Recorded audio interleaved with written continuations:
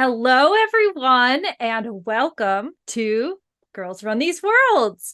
This is Freezerburnt. It's a new generation limited series where every one of our heroes has somewhere in their backstory been fridged, which is that comic book trope where a character, usually female or of other marginalized identity, ends up injured, depowered, sidelined somehow in order to promote somebody else's character development.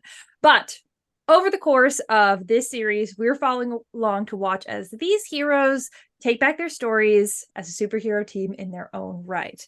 Last time, our heroes, the Defrigerators, foiled the villain Emerita's plot to steal a meteorite from the Havensea Banks Planetarium.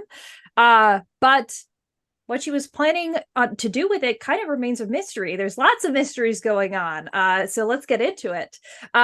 I am Allie.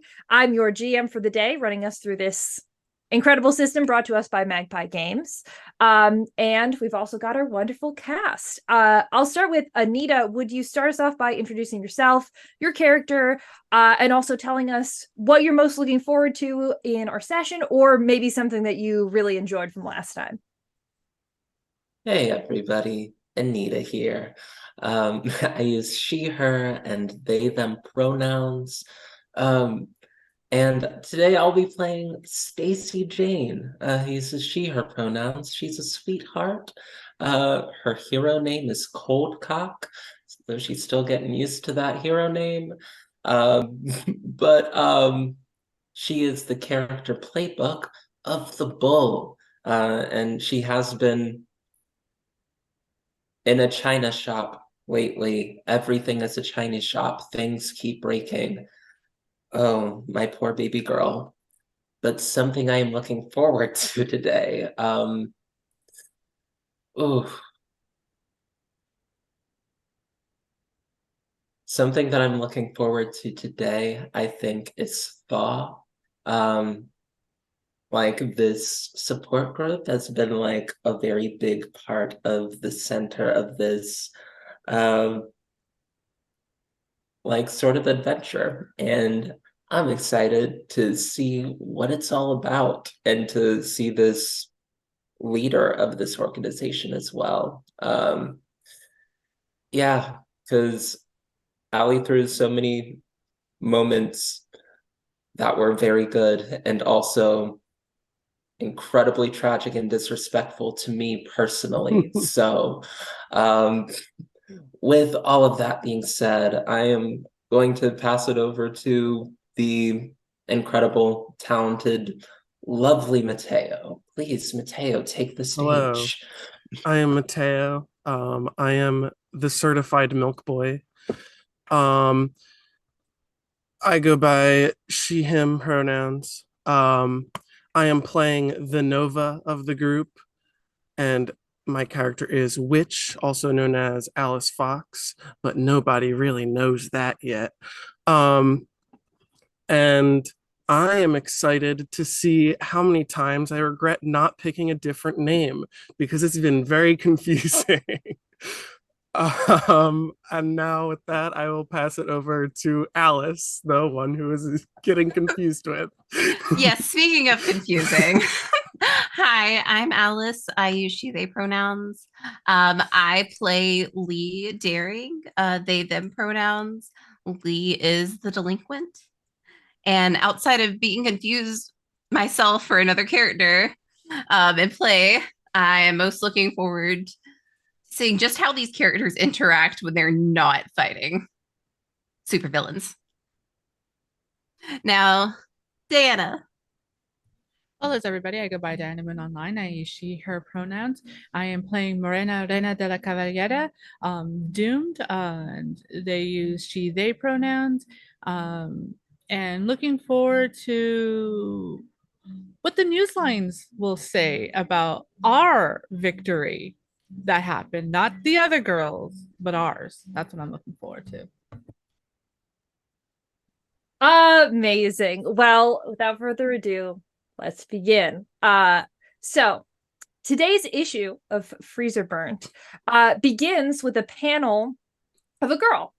She's about the same age as all of you. She's got Buddy Holly glasses, kind of a boyish mop of black hair that falls down over an angular face, a little bit flushed with pink.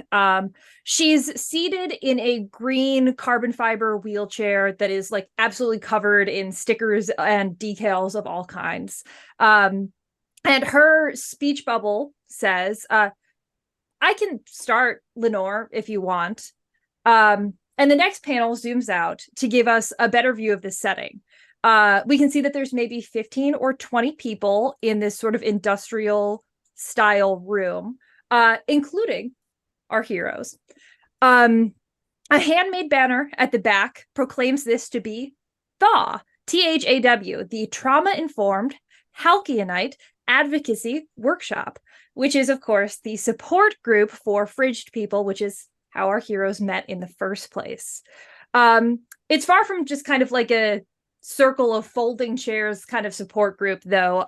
The members of THAW are all pretty comfortably seated throughout the room. Some of them are like perched in the recesses of the industrial beams that crisscross the space. Some of them are like cozied up in any number of eclectic beanbags that sort of dot the floor.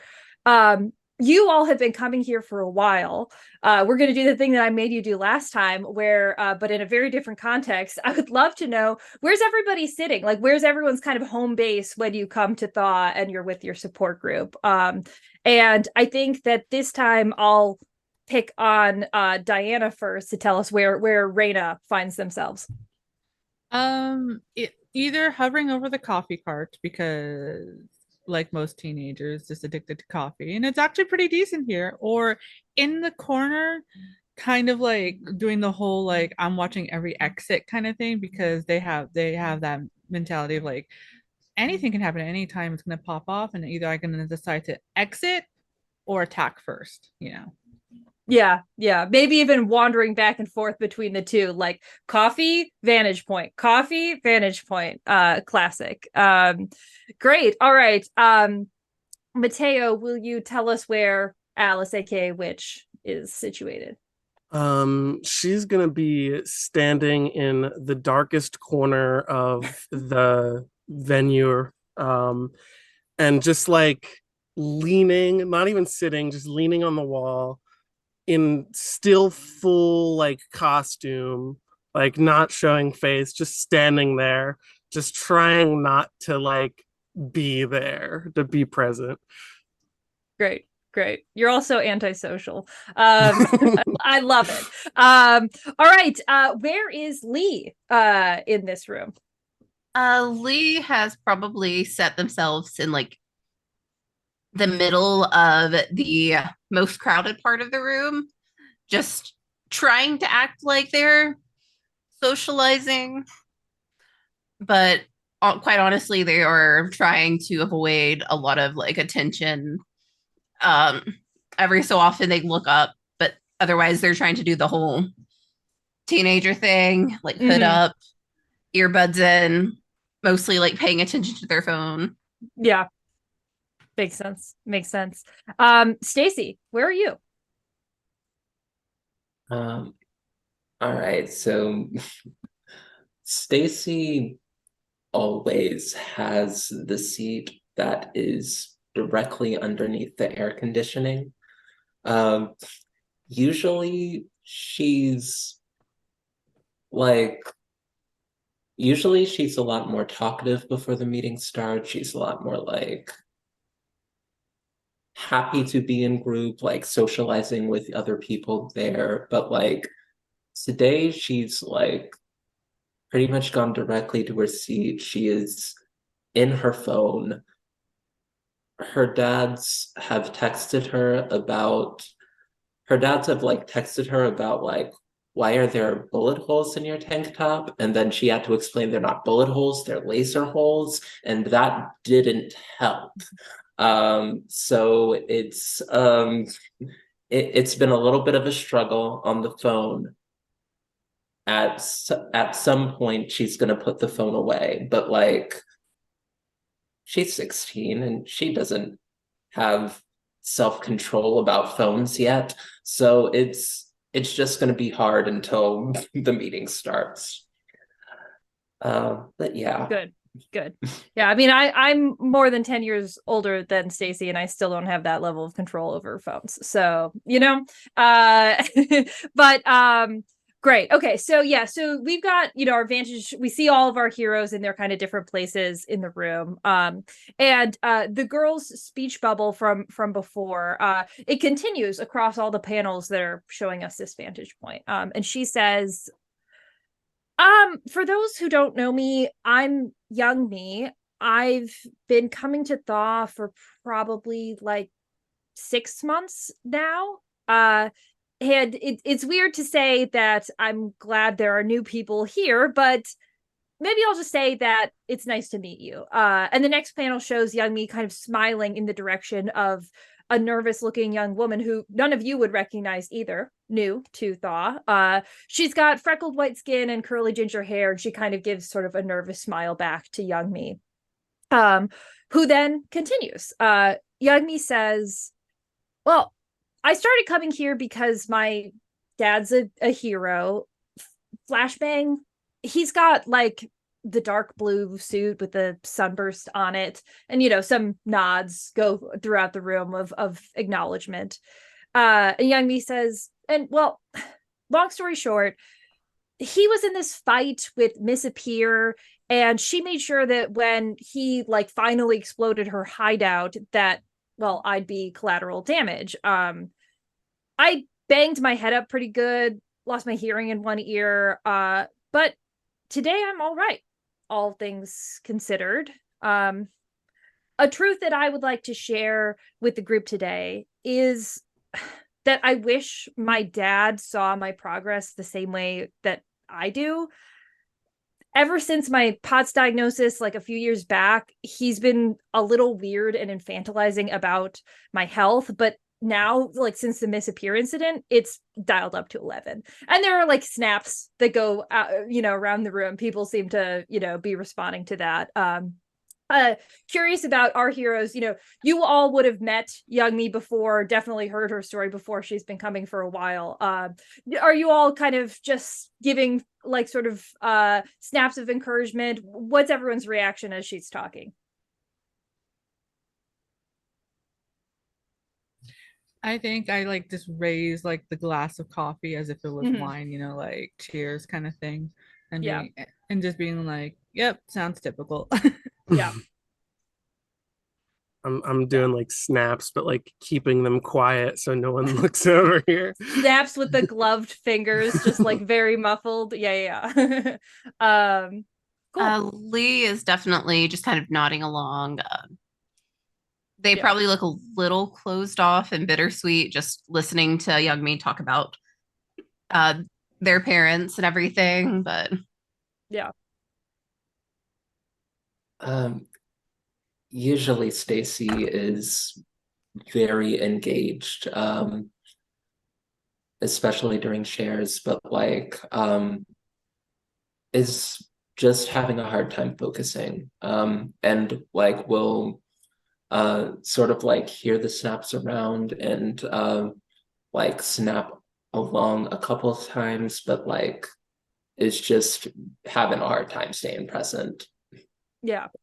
For sure. Well, Yagmi sort of finishes up with, like kind of a gracious smile on her face. And then Lenore, who is perched gracefully on the edge of the table, sort of like towards the back of the room, but not fully sitting, like kind of half standing, leaning. She's a very like tall, like stately woman, and her presence is kind of made even more like striking and more of a dominating presence by her attire, because today she's wearing like a sheath dress in like super bright lime green with a purple blazer over it, and she's got black hair that she keeps it up in a bun, dark eyes almost the same color as her hair, heart-shaped face, bronze skin, like just really, as soon as she starts talking, she really takes command over the room. And what she says is, thanks, young me. Would anyone else like to share? You don't need to if you're not comfortable, but we hold this space at the beginning of the meeting in case anyone has a part of their story that they want to share with the group. And my next question is, do any of you speak up to share anything with the group because there's a new member here today?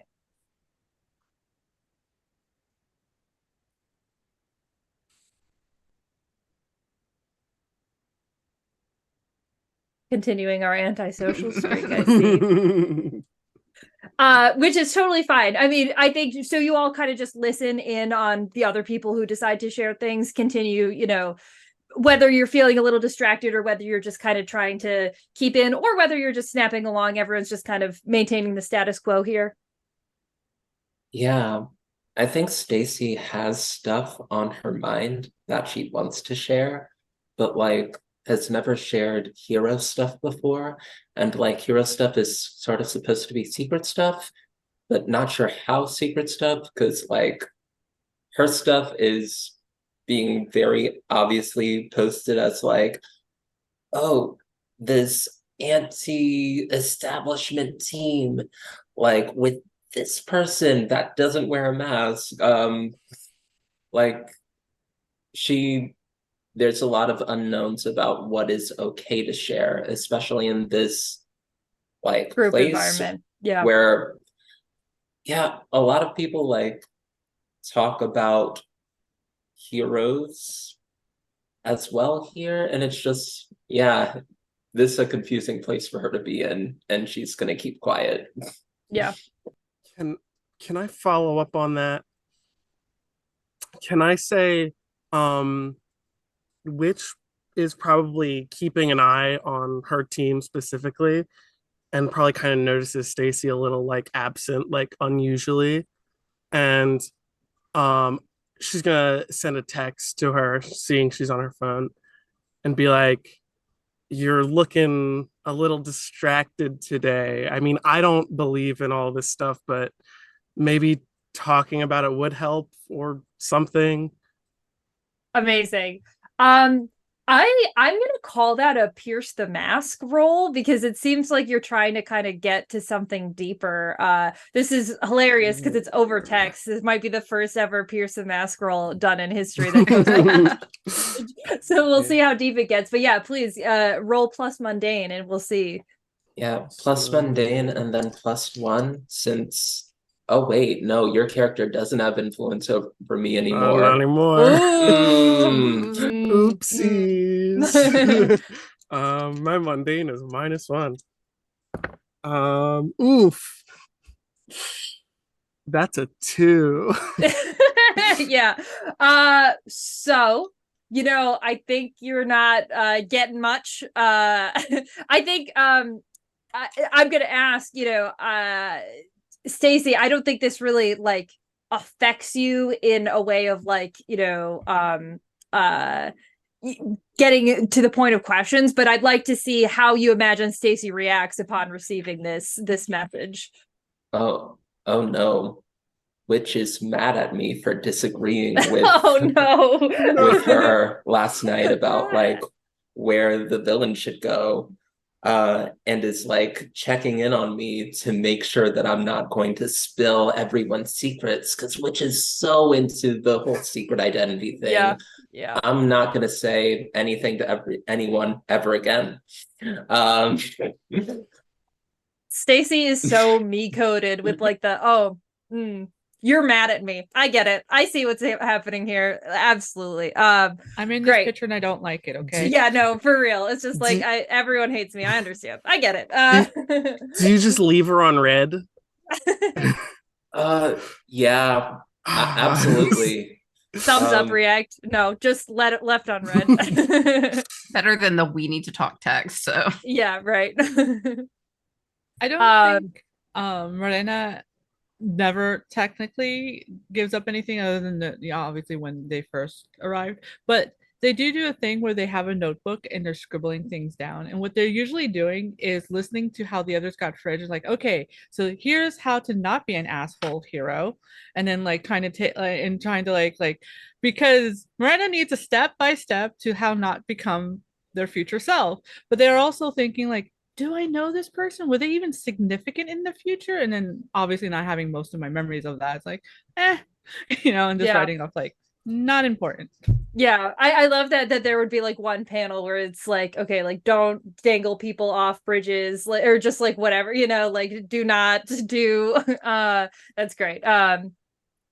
Cool. Okay, yeah. So you all are kind of just like listening. And I think there's probably a panel of like each of your faces as you like decide not to talk for whatever your reason might be. And yeah, so a few other people who, most of the people who are not the new people, they go, and most of it's pretty like surface level stuff that people are talking about in terms of good things, bad things. There's a guy, George, who like got banished to literal hell only to return to find that his superhero husband had elected to have his memories of George removed to spare himself the pain. And he's, just in group sharing like, I've been really into Pilates over the past couple of weeks, like it's always that level of like extremes basically. And after the group kind of finishes, there's sort of like a lull. Lenore claps her hands together, and she steps forward and she says, I'll take us home. My name is Lenore Caldwell. I started Thaw a few years ago. Back then, my ex-fiance Middleman had retired from superhero life, actually in anticipation of our wedding. But his nemesis, Myopius, kidnapped me and forced Middleman to choose between like saving me or saving a commuter train full of people. He chose the train. And for the first time during this whole meeting, the new girl actually speaks up and she says, I remember that. Are you supposed to be dead? And there's kind of like a little bit of a silence in the room at that. But Lenore just sort of smiles, kind of like a smoothing over smile. Chat is making me laugh. And she says, common misconception. I survived the fall with, a lot of physical therapy, but our relationship did not survive. And now, Middleman's out of retirement and I do this. And she sort of like looks around at everyone. A really genuine smile sort of erupts across her face. She'll probably make eye contact with all of you while she's looking around. And she kind of takes a breath. There's like a moment of like, am I going to say this? Am I not going to say this on her face? But then she says, a truth I'd like to share with the group is that I heard Myopius was defeated last night, like for good. And I should feel relieved, I guess. But I had the same nightmares as always last night. Like everything we go through, I imagine, it's not a switch, it's a process. And as she kind of like finishes up saying that, she kind of looks like she's standing a little taller, feels a little bit better. And then at last she says, I'm gonna let everyone break off into our small groups now. New folks, welcome again, and old folks, please let the new kid have a crack at the bagel table before all the cinnamon raisins are gone. Thanks. And with that, it kind of disperses into people breaking off into small groups. People cross the room to go talk to people and like ask after them. And you've kind of moved into the more free-form phase of the meeting where people can just talk. There are definitely a couple people who come up to each of you. I think that young me will probably, it seems like Lee was kind of most in the center trying to avoid attention with the headphones on. So I think young me will kind of go up to Lee and say, so you were, on there's a lot of news about some stuff. And I should ask. I mean, some like Stacy and I believe Raina, it's pretty clear that they've got open involvement. Which being only coming to group in full costume has involvement. Lee, in group, is it open that you're like involved in refrigerators? Don't know if there's a way that Leah's can be uninvolved with that. Yeah. Considering there is 4 people and they're the odd one out on not being public. So drawing conclusions. Yeah, I mean, it may also be the sort of thing where like everyone like assumes it, even if you haven't confirmed it for anyone too. And so I think Youngmi might come over with that in mind, just being like, so heard some stuff on the news. Do anything interesting last night?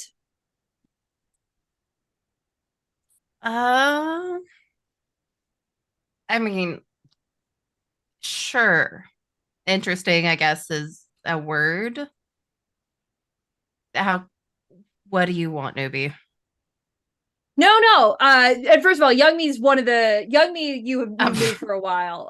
But she kind of laughs. And she says, I don't want anything. I'm just, checking in, making sure everything's good.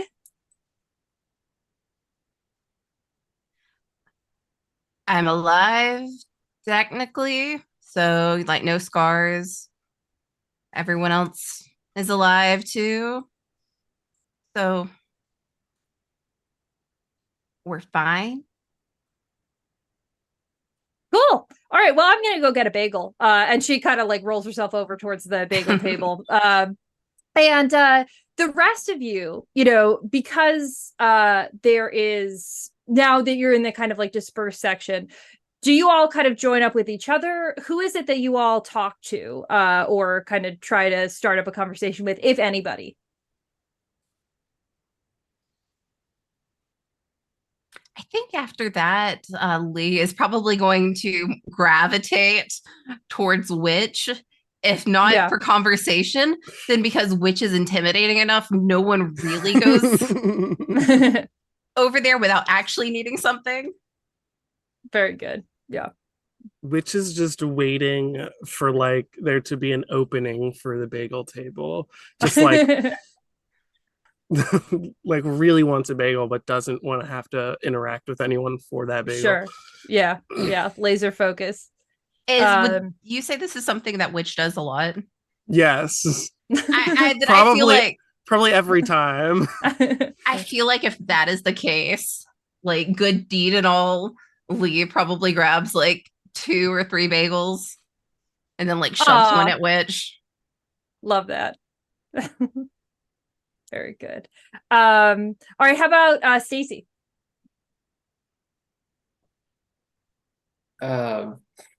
Stacy has not left her seat.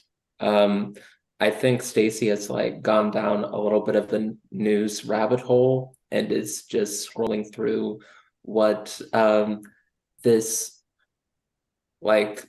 independent news source that is like talking about us being like this very anti-establishment group, and it's just like going through and getting like progressively steamed about like all of the assumptions that are being made. This person has never come up to us and asked for an interview.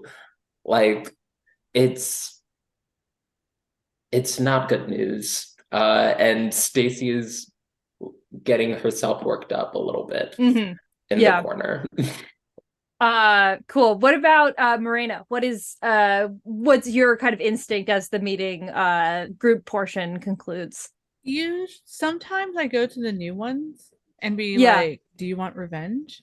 This time though, like I think I finally like kind of noticed the mood that Stacy's in.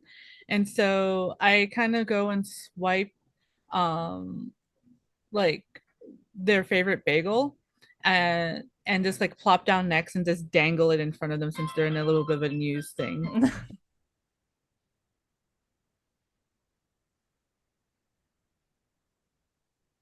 Yeah. Stacy's favorite bagel is an everything bagel. So like crumbs like a little bit rains in the lap and it's just like oh. Um thanks, Raina. And we'll just take the bagel. Isn't really gonna like eat, isn't really feeling hungry, which is Cool. strange for Stacy. You know, if you're going to just be obsessive with the whole news thing, you need to fuel yourself or get some rest. That's why I didn't get you the coffee because I'm hoping the carbs will get you like, to slow down a bit and relax. We did well the other night. Are you afraid for bad press or something? I I guess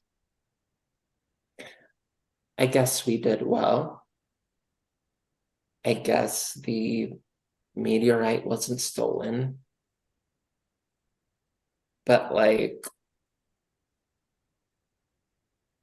I ruined a lot of my favorite planetarium.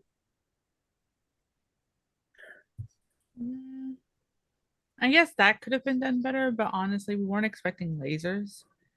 I, Sometimes it just can't be helped. I mean, and they like almost brought up it. Besides, it was gonna get destroyed in another future anyways.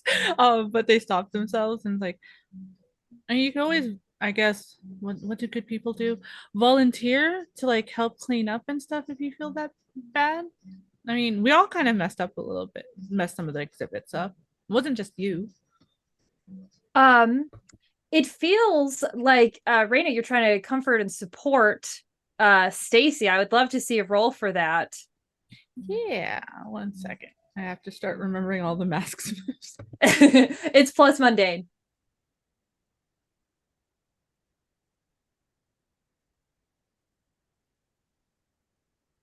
That's a 3, Chief. Great. Yeah, well, our mundane roles are not kicking off for us. So Stacy, So how does it go? yeah, I'm looking at this bull feature and it says when you comfort or support your love or rival, mark potential on a hit. When your love or rival comforts or supports you, mark potential when they roll a hit. No one's been rolling hits, so it's fine. I feel like, gosh, there's a lot of like there's just a lot of reminders about the day before, and she's stressed and she feels bad and she is clumsy. So I feel like she's just gonna grip her phone until it sort of crumbles in her hands. As she breaks something important to possibly clear angry in the next scene. But as she like breaks and crumbles the phone in her hands, she's going to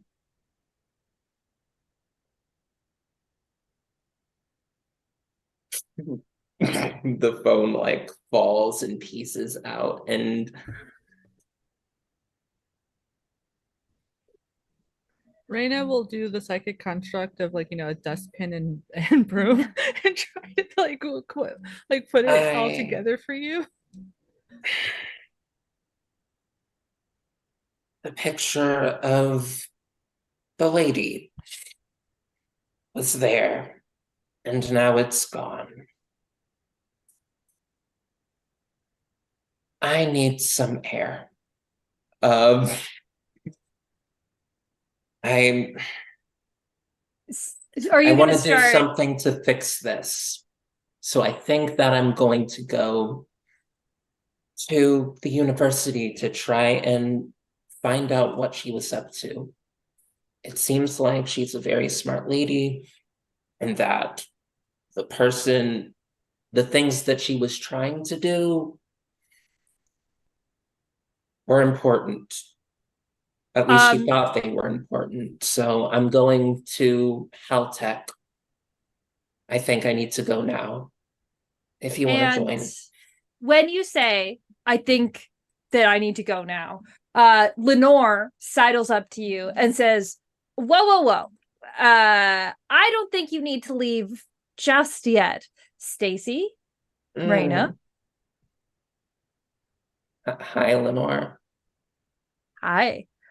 Why don't we go join? It looks like Witch and Lee are having bagels in the corner. Why don't the three of us go join them? I have something I'd like to discuss. I mean, but fresh air would be good and everything. And I just have like the floating remains of the cell phone. Yeah, I think that Lenore will look at that and then like look at you all, and then she'll say, maybe we could talk on the balcony. But she will then kind of like walk you two over and try to shepherd Witch and Lee as well out onto so this room that Thaw takes place is like in like a converted train station, and it's in the topmost room, the one that houses the mechanics for the old like clock of the train station, and there's a little outdoor area just outside that used to be it's now kind of like a small balcony. It used to exist, its function was to like surface or clean the clock face when it needed it. So she'll kind of like move you out there, and this place has a really fantastic view of Halcyon City. There is, you can see like a little trio of heroes like flying in the distance. There are lots of all of Halcyon City's technology is like in full display. There are antennas and like big buildings with tall towers that have doors on the top floor for people who fly into work instead of just walking in. It's quite a sight here. And Lenore will kind of close the door behind, groups still going on inside. And she'll say, so, I again don't want to, not trying to corner anybody, but there's this video, and she shows a video of Lupe Schaefer Santos, who is she's very pretty. She's got tan skin, short curly brown hair, wide face. She is, we saw her at the end of last episode starting to tell tales of what had gone down at the planetarium. She's just sort of like talking on mute on Lenore's phone.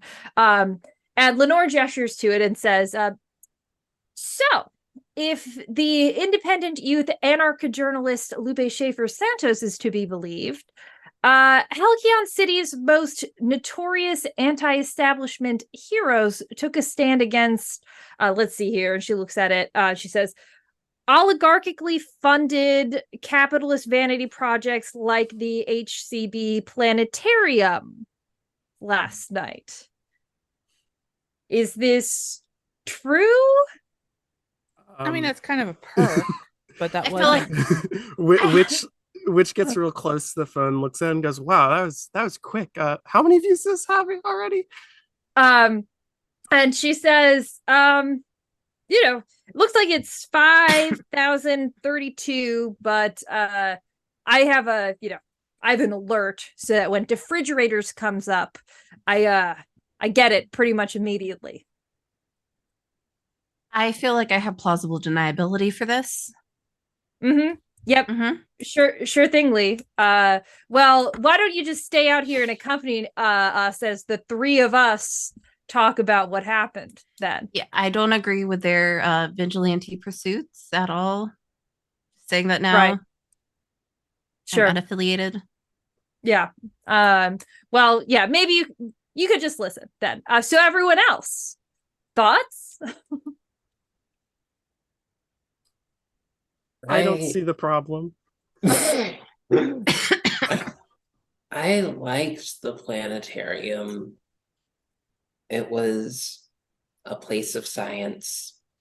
for everybody. I feel really bad that I destroyed it. It was a group effort, but also, doesn't the article state that we caught somebody preventing, like, theft and everything? She looks and she says, I mean, the update says that whoever you caught, it doesn't give a name, was released on bail this morning. So I don't know what you prevented, but I look, my concern, I want you all to just be safe.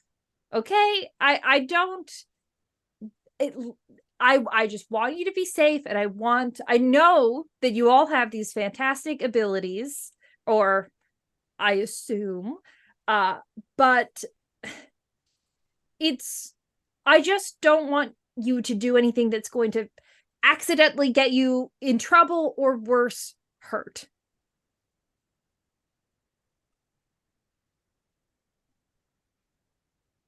We're all fine, right? Right? I mean, also, shouldn't it be pretty noteworthy that, that the solstice did show up and didn't do anything? Obviously, that's what I heard. It's true. Oh, how do you hear that, Lee? These three are notorious gossips. Sure. Mm-hmm. Especially we Witch, can't right? we can't keep Witch. Can't from keep not her quiet. gossiping She is all the always time. in the group chat. It's just nothing but messages from Witch. Yeah, so Can't there's a tell, group but I chat. am never winking. get a word in. Lenore kind of says, like, all right. And I think Lenore has assessed the situation and seems to feel like, okay, Lee is fine. Witch and Raina at least seem fine. Stacy is the one who is like shaken up by this. And she'll kind of look directly at Stacy when she says this, and she's definitely trying to use her influence and exert some label changes here. And she's going to say, look, Stacy, your powers are whatever they are to you.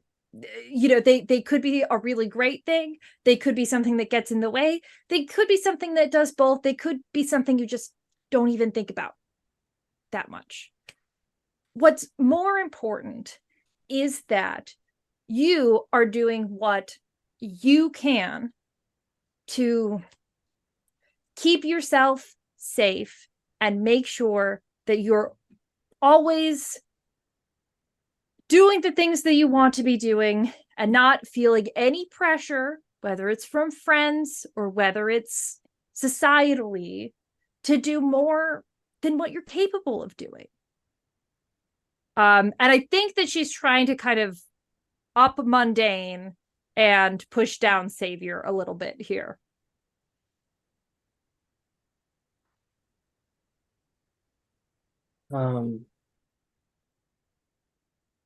Yeah, sure. We, Stacy was present enough to like hear Lenore like have this really big like milestone in like dealing with her own stuff. And she feels really guilty about like, oh, you gotta worry about us now. Instead of like doing your own thing. And I think that Stacy is trying to like be nice and trying to appease this person that she respects greatly. So we'll definitely take that label change. And it's just going to like nod and say, I'm really sorry about just things being weird with your nightmares, and my happiest. She seems touched by that, and she says, thank you. I always find it helpful to come here and talk about it, even if all I'm doing is talking about it. And then I think she'll kind of look around at everyone else, and sort of sighs deeply, and then says, look, whoever this was, evidently they were let out on bail. Not that I condone any of the stuff that you were doing, but I think we're about wrapped up here. If there's any follow-up that you four might want to be doing about that.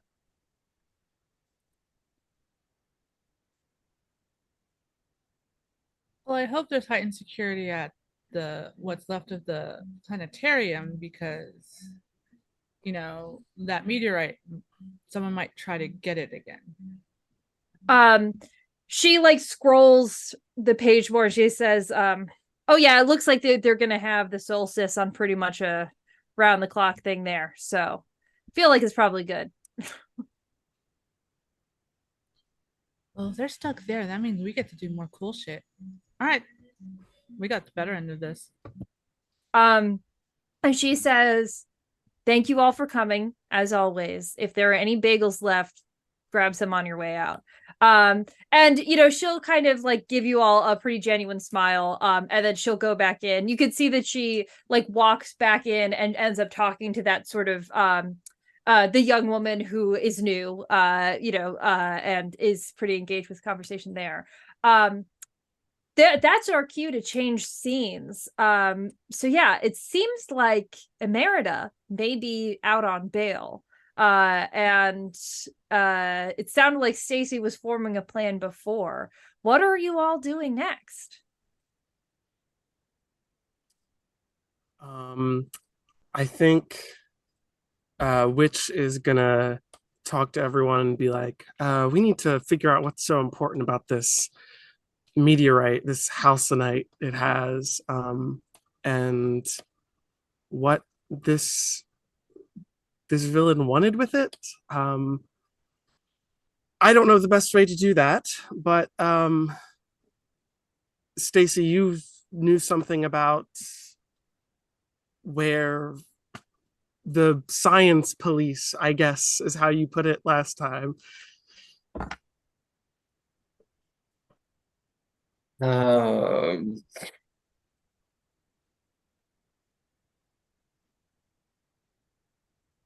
Yeah. She seemed very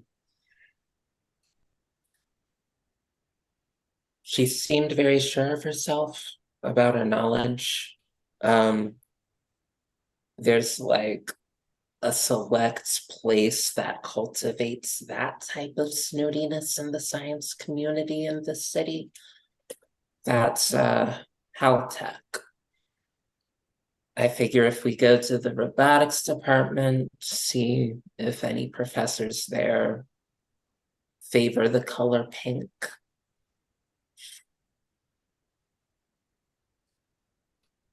Now, should we go undercover, or I know you can't, you're already undercover, Witch, but what do you think is the best way we should attack this?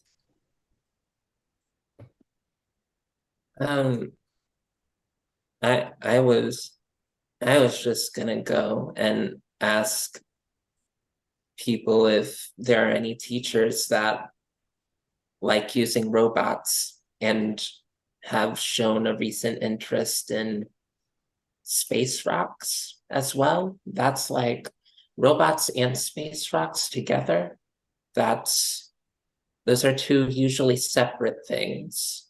Studies, Yeah, and everyone is going to answer your questions, considering the two of you were publicly on like video last night destroying a whole entire building.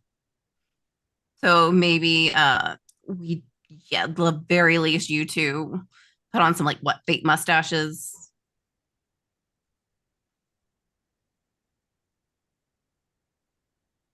I mean, I can do, and then I do the thing from the witchcraft movie where I just like put my hand over and like subtle features change.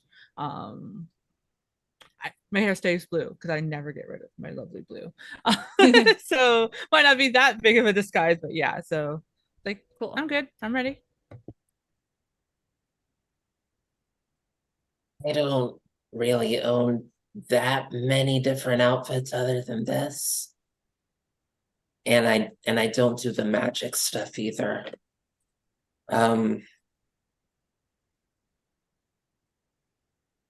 I guess I Shop can first if you want. sit this one out, or Or if you can keep absolutely no one from touching you. Can you do that? yes. Yeah. Good. All right. And So- yeah, Good plan. Lee just kind of like gives a gesture, not the same kind of like magic wave or anything, but over Stacy, and she looks a little bit taller because we cannot shrink illusions. Looks a little bit older, probably give Stacy like bright pink hair, just very flashy clothes. But you know, if someone stands out, they're also going to be overlooked just a little bit. And this is also just not revenge for Stacy's mood today, but like, Love it. Yeah, Okay. Stacy really doesn't like wearing it's an airs illusion. and It doesn't feel different. fatigues. I know, but like presenting herself as someone else feels weird and bad. But like is also just feeling generally weird today and is in a bite my tongue mood, and is going to be quiet about it. I think it looks nice. I am going to go acquire some inconspicuous clothes, and I guess I will meet you all there because that seems like we have a plan. Everyone Great. good on that? Amazing. All right, so we're going to break that scene and move to the next one. I actually want to follow Witch for a bit, acquiring inconspicuous clothes. I would love to know what your plan is here to pick out some to acquire something that's gonna make you stand out less than your standard costume. So, which this whole time has been like stealing a lot. So she's gonna go to like a Burlington coat factory. Yes. Love it. And she's gonna use the shadows to like shadow out the cameras and just like get like a gray hoodie, slip that on, some sweatpants. She goes back to her which is an abandoned water treatment facility in the sewers, and she gets like a medical eye patch instead of like her usual like gray cloth one, and that's what she what she acquires. Amazing. All right. Well, Witch / Alice, when you are probably kind of like towards the end of what you're doing, maybe when you kind of leave your normal spot where you exit these sewers, you kind of get out from where you're going and you hear a voice say, "Hey, I'm not trying to startle you." And you turn and you see a, kind of disheveled looking guy. We saw him last time and I accidentally described him as well groomed. That was wrong. He's very disheveled. He looks terrible. But yeah, disheveled looking man, who, looks worse than his years indicate. You recognize him as Liam McKay. And he kind of like keeps his hands up and sort of like he's not walking towards you, but he's clearly like trying to make eye contact. Alice just kind of gives him like a side eye and it's like, you again? I told you last time. I know, and I'm not trying to convince you of anything. I look, I came across some information, and if something bad happened, I would, I wouldn't forgive myself if I didn't at least give you a heads up. All right. A heads up about what exactly? So I've been working another case the last, few months. Person I was tracking, this guy wasn't a good dude. And he ended up dead. And look, I know stuff about you. I'm not going to, I wouldn't say anything to anyone, but I also know who you've been hanging around with. And they found this in his stuff. And he hands over to you a picture of Stacy. And it's Stacy from before. It's not Stacy as she looks now with her kind of very distinctive, like the appearance that she gets from her powers with like the blue kind of like shining through. It's Stacy from when she was younger. It's like a picture of her at like, it looks like a science fair standing next to a poster board, like super proud, very nerdy, smiling with the braces. And he hands that over and he says, I'll tell you something. It means nothing good that this guy had a picture of her. Alice's composure like drops immediately and suddenly it's like panic. She like swipes it really quick. It's like, where did you get this? Who had it? Who was it? I can't tell you a name. This dude was bad news. I'm telling you, wrapped up in some bad stuff. He's dead now. I didn't do it, but he is. Like, we found him dead. And you just need to, I just want you to be careful with who you're hanging out with. I know I don't know you, but I know you're in a rough spot. And I think you should be careful with who your friends are. What kind of stuff he involved in? Bad stuff. This guy was a killer, all right? Like that's okay. So either someone's hired a hitman or okay. I can't. Why are you hiding more? Why can't you tell me any more than this? all right. Look, this guy, he goes and he went out and he killed other people, right? That was his thing. I don't know if he did it for fun. I don't know if he got paid to do it. That's what he did. And your friend's picture was with all of the other, in all of his other material, all the other marks that he had. Again, he's not a problem anymore, but just like, I can't imagine why someone like that would have this picture if your friend wasn't tied up in some bad news. So maybe it's a question to ask. I don't know. Give me a name, McKay. All right. The guy didn't have a name that I even knew while I was searching for it, right?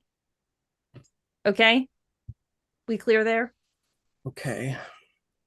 He had a pseudonym that he went by sometimes.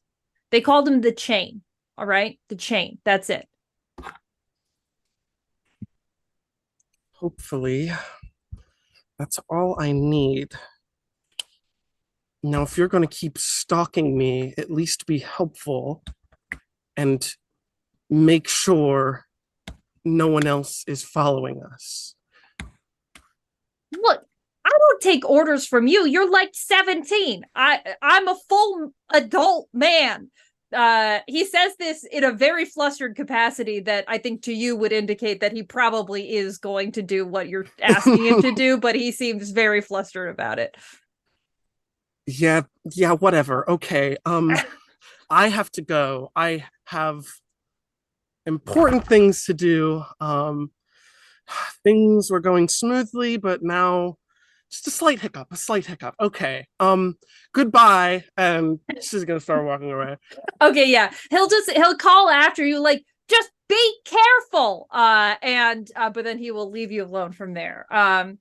So everybody else kind of makes it to Haltech first, with your already in place sort of disguises slash everyday wear that doesn't indicate you. Haltech's a big campus. It's one of the biggest universities in Halcyon City. It's sort of it's not like right in the center of town. You have to kind of take an obscure train up to, like a more suburban area to get to it. But once you get there, like it's this super polished, like all of the buildings are this like gleaming white and with like glass, and there are all these students who are rushing around with their backpacks and their science projects, and there's a very electric energy here. You said you were looking for like something like a robotics building, right? Or some sort of something like that. Yes? Yeah, like probably the robotics department. Great.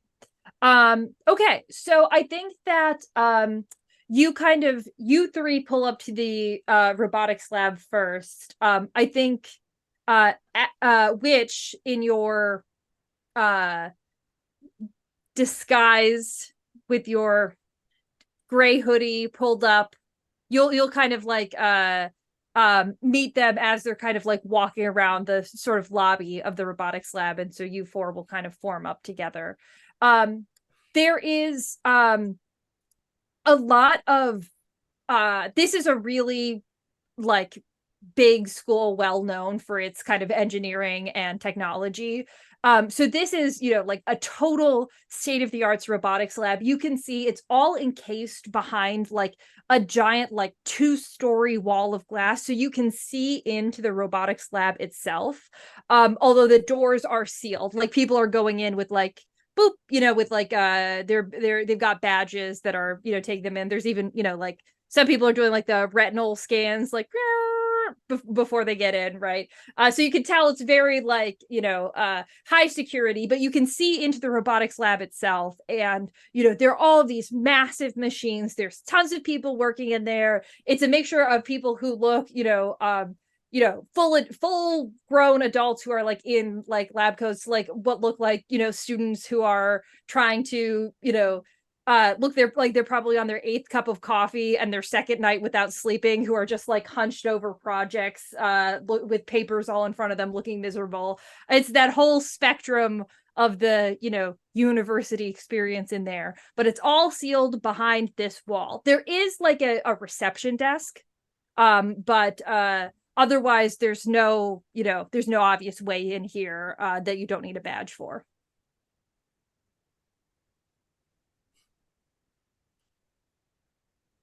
So, I don't really know this building or how this works, but should we maybe we say we're trying to get a tour? This is a college, right? This is all your area, Cece. Uh, yeah, Stacy, gosh,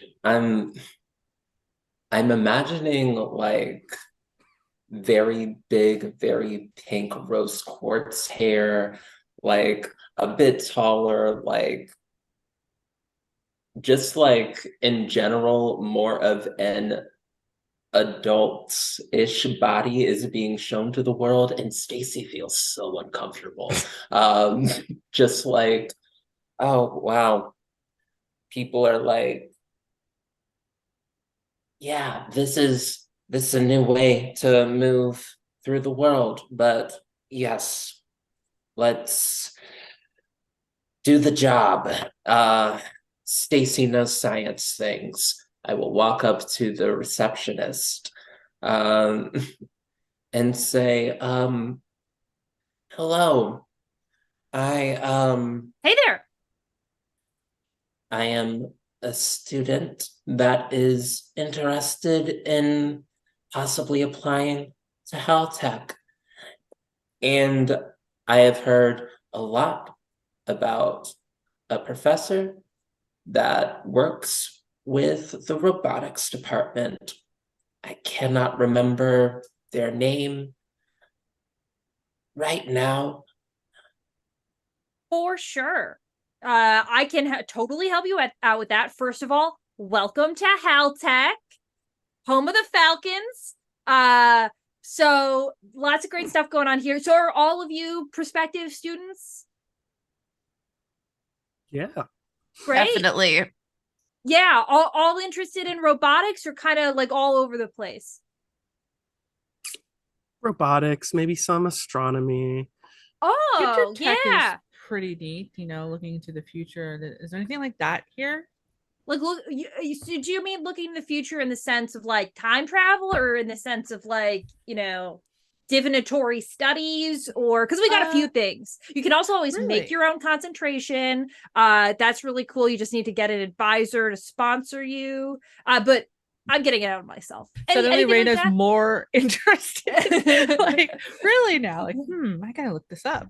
Yeah, Rita's like, give me that application. But yeah, so this reception, who's like this very bubbly person with kind of like like short cropped hair that's like, it's so short that you can't really even see what color it is, but has really big, like, enthusiastic eyes. He kind of says, so yeah, no, I'd be happy to help you with all of that. So you're all prospective students. Did you go to Haltech High, or and Haltech High, Stacy, that's where you used to go to school? I did. Yes. Great, yeah. We have tons of students who come in from Haltech High, especially if they're interested in, STEM. So yeah, so you said you're looking for a particular professor. I'll be honest, like, most of the time professors don't normally like come talk to prospective students, but maybe I can help you find who you're looking for. Um, I remember I saw a showcase on, I think they did a TED Talk or some type of talk, where they used robots that were specifically pink. I remember that video. Pink robots. Huh. They're from the robotics department or like engineering or something? Something like that. Yeah, yeah. They All were also right. like study aid robots. They liked to like, yell at the students or something. I can't remember what the phrases are. Sure, sure. I can't think of a particular thing, but hey, and he starts calling over a professor who's walking by, older dude, he's got kind of very like uh he has very tan skin, looking like a big Santa kind of beard, and she calls him over and says, Professor Brentwood, and he walks over to the desk and says, yeah, can I help? And the front desk person says, yeah, so these folks are looking for, do you know what the professor looks like? Because Brentwood here knows everybody. Uh, I can definitely describe the image that I was scrolling past and looking past often. So I do. Okay, I great. described this person. Yeah, and he says, that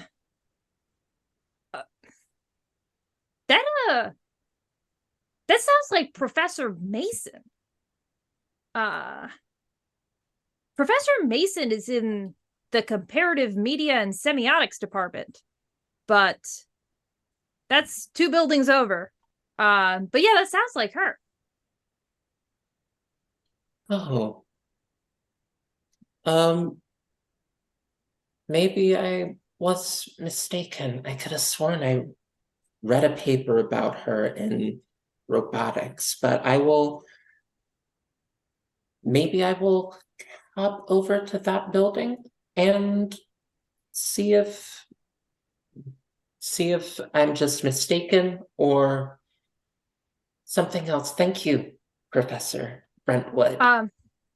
And he'll kind of like nod at you all and leave. The front desk person will like kind of pull out this paper map, like slap it down on the table, like start drawing you directions to the comparative media department, hand it over, and he'll be like, and yeah, like prospective student tours, they start at 10 on the quad. They start at 10, 1, and 4. So you don't want to miss one of those. And remember, go Falcons, caw, and also definitely if you end up coming here, like I work here, so come hit me up. Great to meet you guys. Yeah, I'm Stacy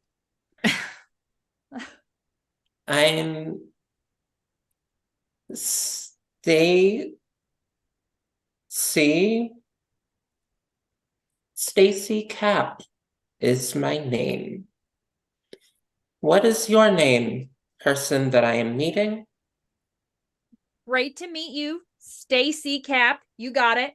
All right. Well, again, yeah, great to meet you all. My name's Josh. And if again, you need anything, just like not a lot of people come up to this desk, so I kind of get bored. So just like come back here and whatever, right on. Yeah, Yeah. upon like introducing herself, she like gives out her hand for a handshake, then remembers the illusion and like does good one. You got me. You got me, Stacy. You did a whole. It's been a while. I need to leave.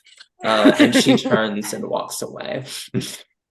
Josh, I'll be back about the future stuff. So if you want to, while you're bored, get that stuff together, and if I gotta head out with. Sure. Yeah, I'll print some stuff out. Excellent, Cool. thanks. Nice meeting you, Josh. Hey, go Falcons, catch those worms. Go Falcons! Yeah. You get it. As we're going away, I'm like, that Batman was just such a treat. Lee's like, what? Lee is concentrating on keeping Stacy's illusion up, but also what just came out of Witch's mouth. All right. So you all head over to the comparative media and semiotics department. Compared to the robotics building, this is run down as hell. This is like an old building. It is like built into what looks to have been like an old building that wasn't originally part of the campus, but just kind of like got appended onto it. And it's not old in the sense of like stately. It's old in the sense of like built in the 70s and falling apart with bad carpet kind of deal. But you walk in here, there is no giant glass wall. There's no perky receptionist. There is nothing like that. It's just kind of like a bunch of halls that go one direction to another. And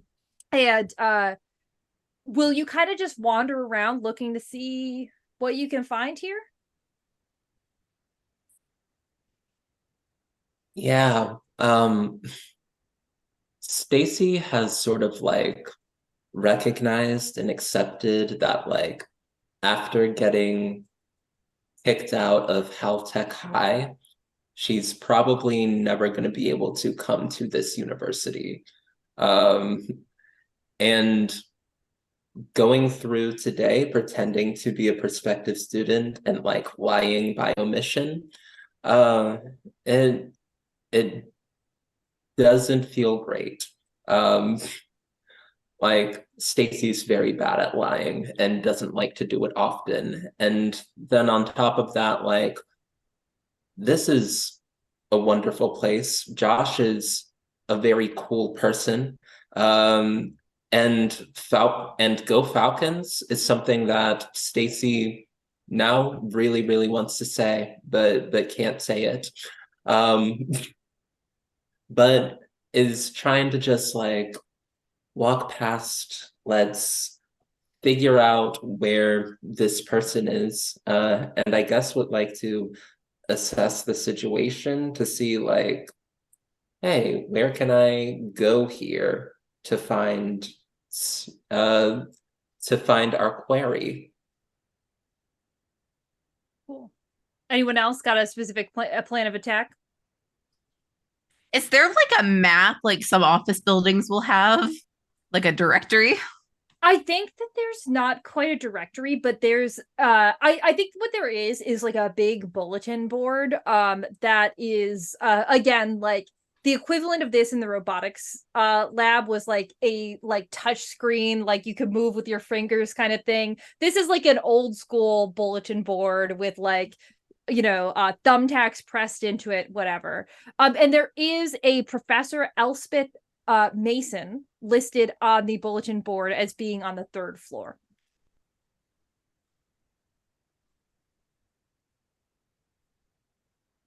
Raina's I mean- just vibing and just following what everybody else is doing. She is right here, Stacy. If you really just want to go confront her in her office.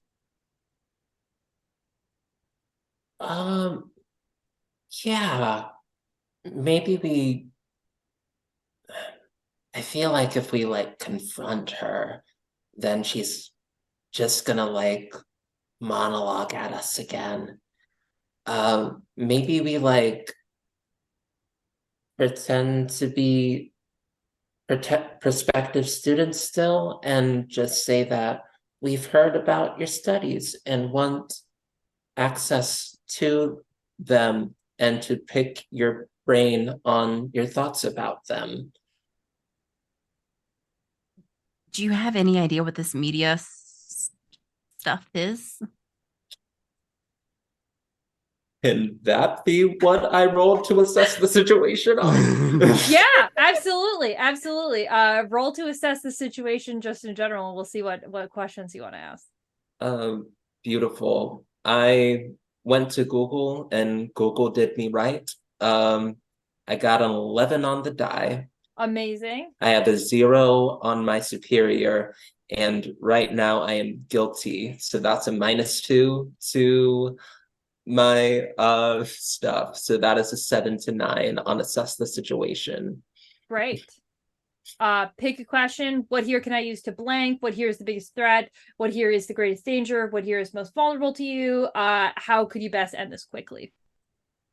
What here can I use to get more insight about Professor Mason? Yeah, so there is you can see that there is again like there's a couple like there's no like reception desk or anything in here, but there are like a couple of like communal bookshelves, and you can see that some of them have even like class listings just like kind of haphazardly placed on them, but they have books as well that, you know, like if you looked you might be able to find something that gives you insight into who she is or what she does. Stacy likes books. And if the group is cool with that, we'll plop down and just start scrolling through looking for papers under the name Professor Mason. Yeah, so you can see that Professor Mason teaches a lot of classes about superhero media as it exists in Halcyon City, and like how it has like developed over the history of Halcyon City, and also about how uh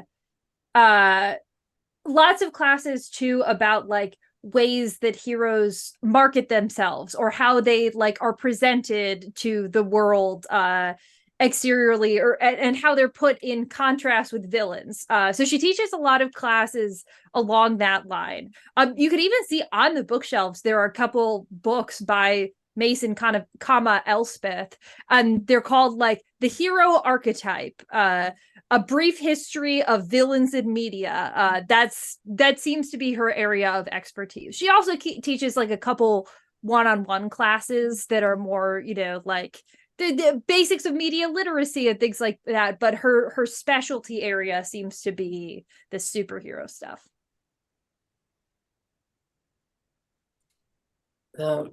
Vibes. I think Stacy has a general plan of attack now, at least for trying to trick this woman into doing what they want. Yeah, Stacy will close the book. It seems like she's interested in how superhero culture, just in general in the city, sort of affects like the way that people write about it in fiction, in nonfiction, in media. She seems pretty obsessed with supers as a point of study. So maybe that is something we say. We're like, hey, what? We sort of heard a little panel or something, and we wanted to hear you talk more. Academics love to talk more. So we can get them talking about something that they're passionate about, that might help. That sounds super boring. So I'll let you three do that, and I'll stay in the hallway and just make sure she does recognize y'all if it is actually her. Tries to escape, I'll set up an invisible like trap or something. Plus, if it's not 4 people, maybe won't get suspicious. I think 3 seems like the number for college people. I don't know. How are we going to slip in? Let's say, how are we going to make her slip about whatever she knows about this halcyonite?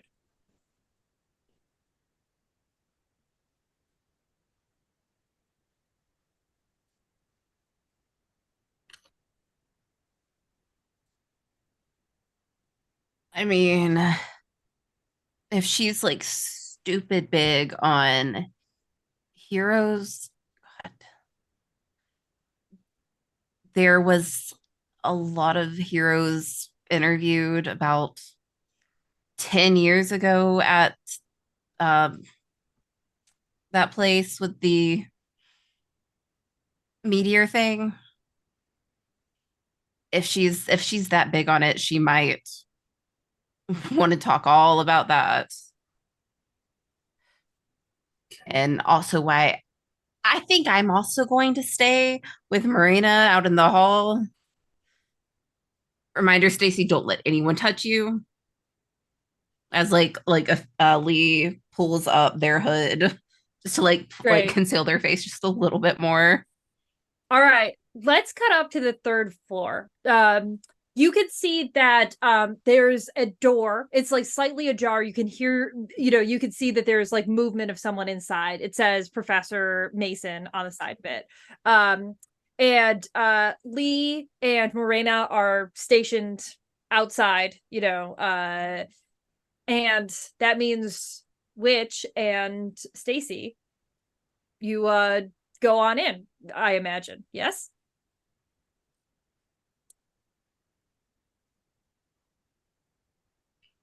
Yeah, I'm gonna Yeah. after you. All right. You got Stacy, this. We believe in you. Don't screw this up. Stacy feels so weird about like being alone with Witch right now. Just because still thinks that like, oh, Witch is really mad at me, and now Witch is here to make sure I don't screw up. On the So flip side of that, Witch is extremely worried about leaving Stacy alone after what she just learned. So she's not like leaving her side. Great. So the vibes are great. And so you push the door open, and you can see this is undoubtedly the same person that you saw and that you saw at the planetarium. She's quite short, deep brown skin.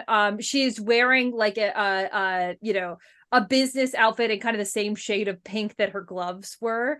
But she like circles around to you two with a big smile on her face. It says, thanks for coming to office hours. So I imagine you want to hear why I got arrested. And with that, we're going to go to break. We're going to come back in 15 minutes and let's see what she has to say. I also have to remember what the hell her accent sounds like. But yeah, we're going to go to break. Everybody get some water. Everybody take your meds if you've got them. And tune back in 15 minutes. Let's see what happens.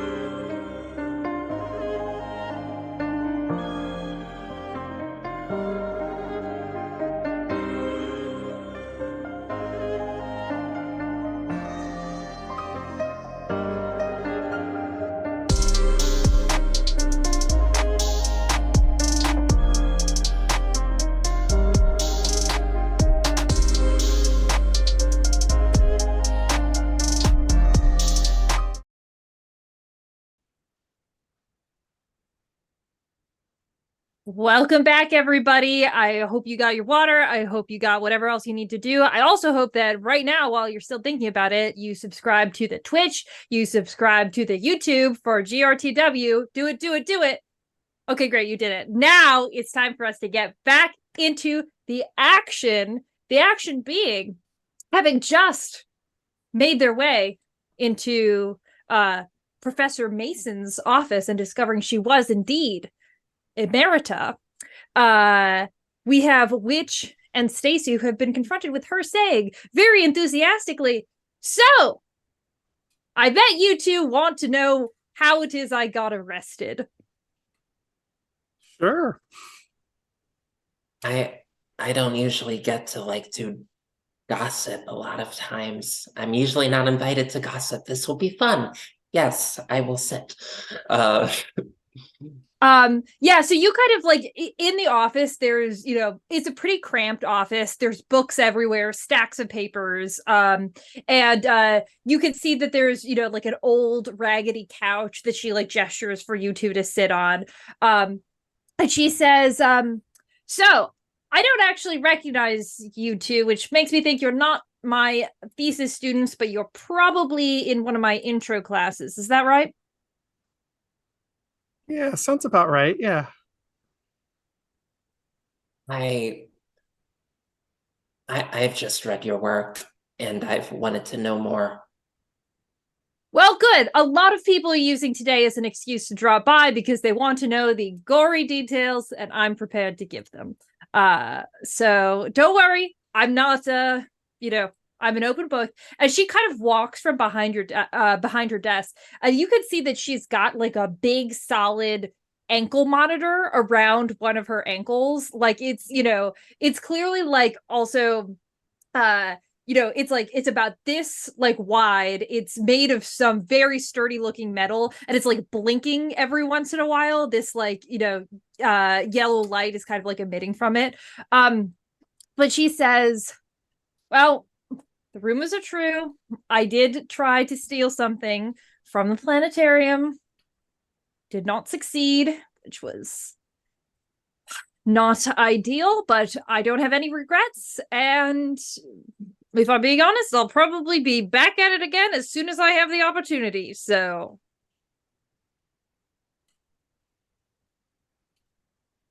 What were you stealing? this is meteorite there, right? And I was trying to steal a meteorite. That's all. That's a little strange. Why? Why? And she says, research, really, is all.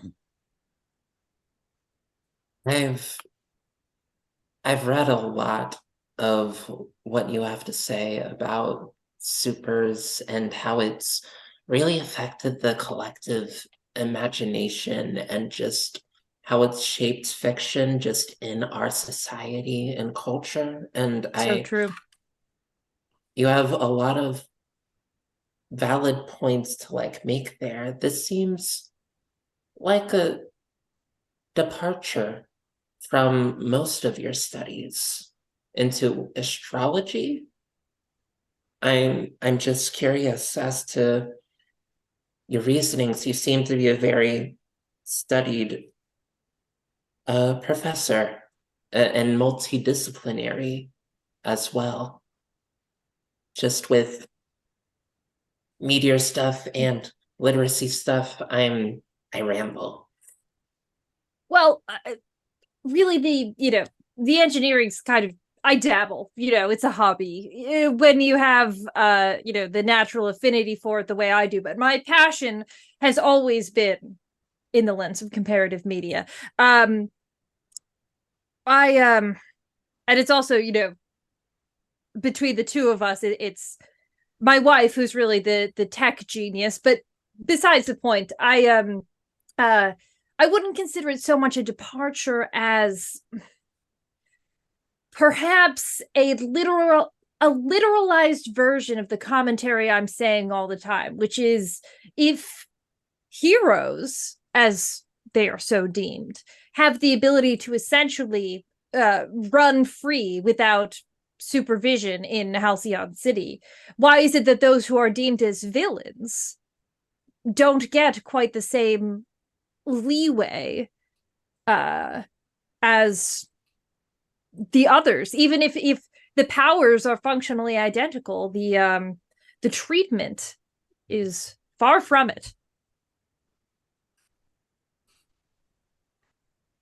I suppose that depends on the motivation. I suppose it does. And when you have a motivation as noble as mine, it's hard to justify a reason why I would be stopped in what I was doing. But I was. And I can tell you also, the heroes who stopped me, I mean, the ones who really stopped me, not just the ones who were cleaning up, I actually thought they might listen to what I had to say. It seemed like they were on the brink a little, but then, like any hero, they got distracted by the grandeur of their own powers, and we never finished the conversation.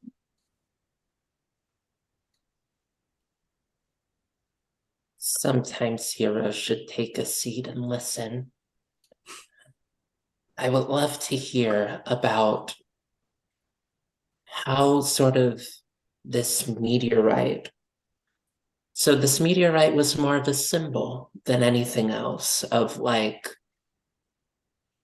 or does it have something to do with like perceptions of villainy and super dumb? I admit history isn't my area of expertise. Is there something special about that rock? She has like a look of very obvious guilt flash across her face. And then she kind of like flops down in her office chair. She's been kind of like standing and, like as if on a pulpit and kind of lecturing at you. But she sits down in her chair and says, look, I mean, clearly you understand what I talk about in my classes. It would be comforting if I could say that what I did was purely symbolic, but the truth is I did have a reason for wanting to steal what it's just somewhat of a personal one.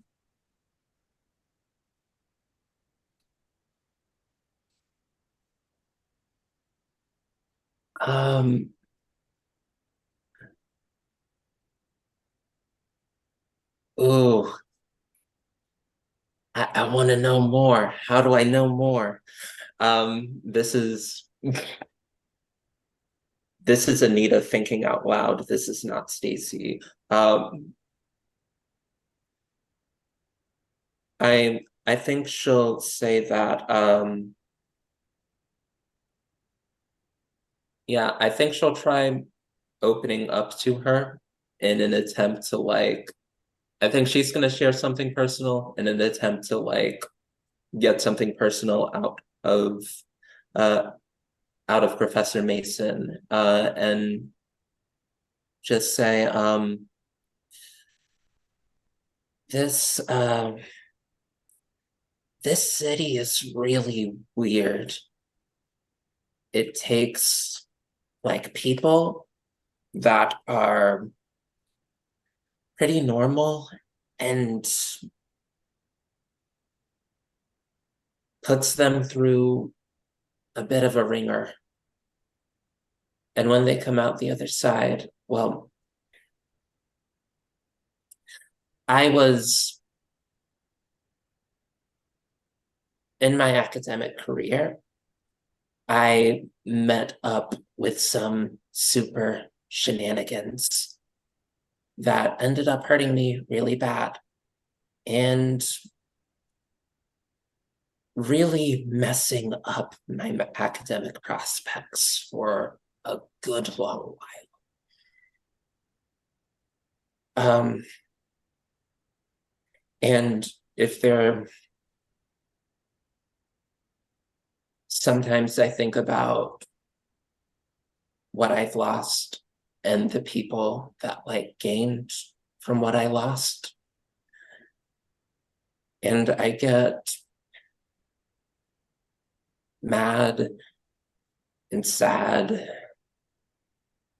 and also guilty because like it's weird that like we survived through all of this. And yeah, it's strange what becomes important to us. I know what you mean. I'm gonna have you roll pierce to pierce the mask. I'm gonna have you roll plus mundane. Let's see if this becomes the first successful mundane roll of the evening. I am no longer angry. So and we have team. We have team if you need help. Yeah, I'm no longer angry, and Mama Lenore just upped my mundane, so I get a +1 now. All right, Google, the stage is set. We got this. Don't just make it happen for me.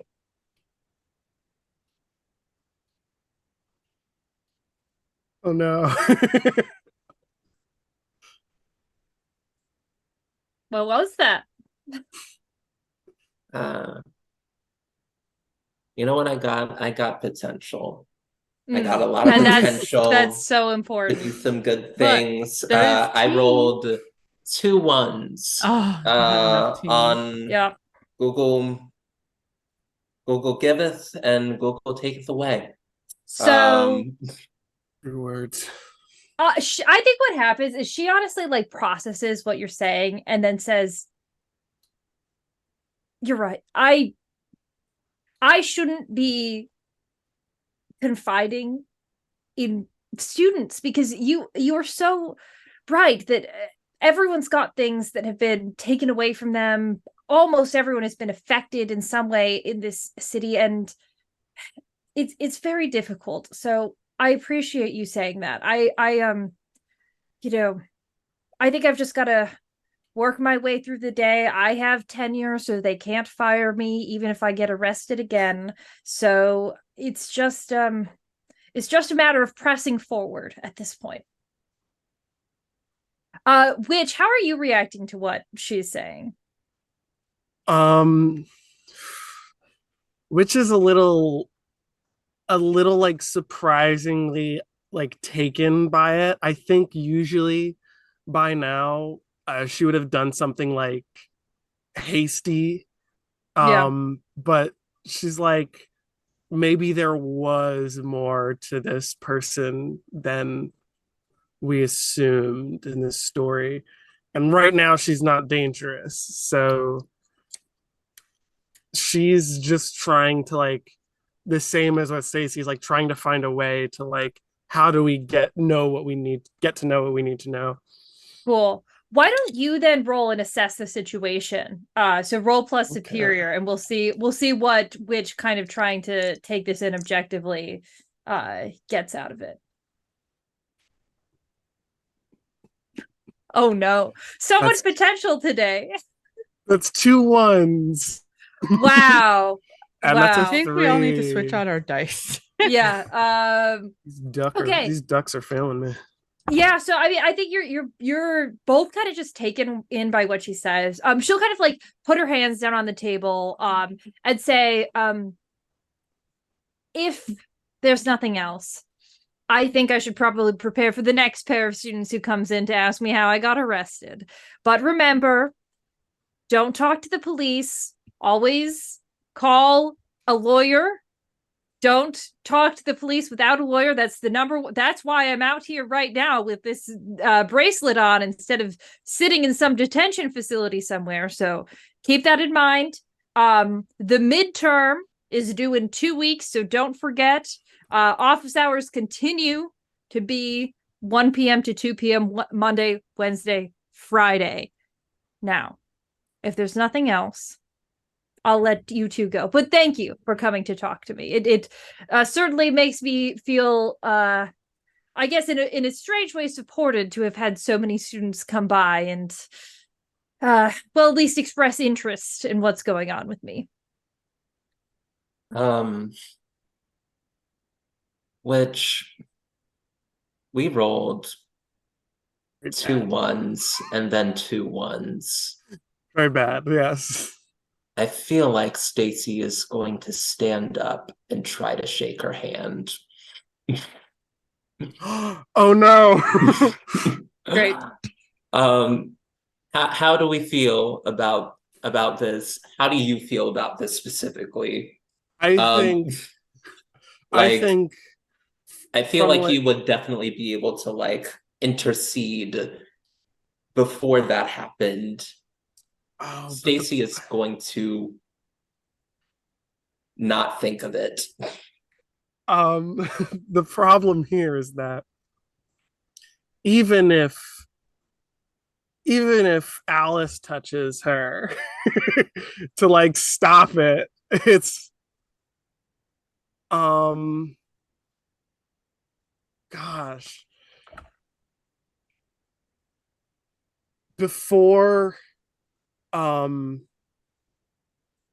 before they go to shake hands, like before she like reaches out to Stacy, Alice is gonna like yell really loud, like, I need a pencil, please. Just like out of nowhere. Fantastic. We're gonna make that a roll to defend, because let's see how well this goes. Let's have roll savior for shouting, "I need a pencil, please." Where's my savior?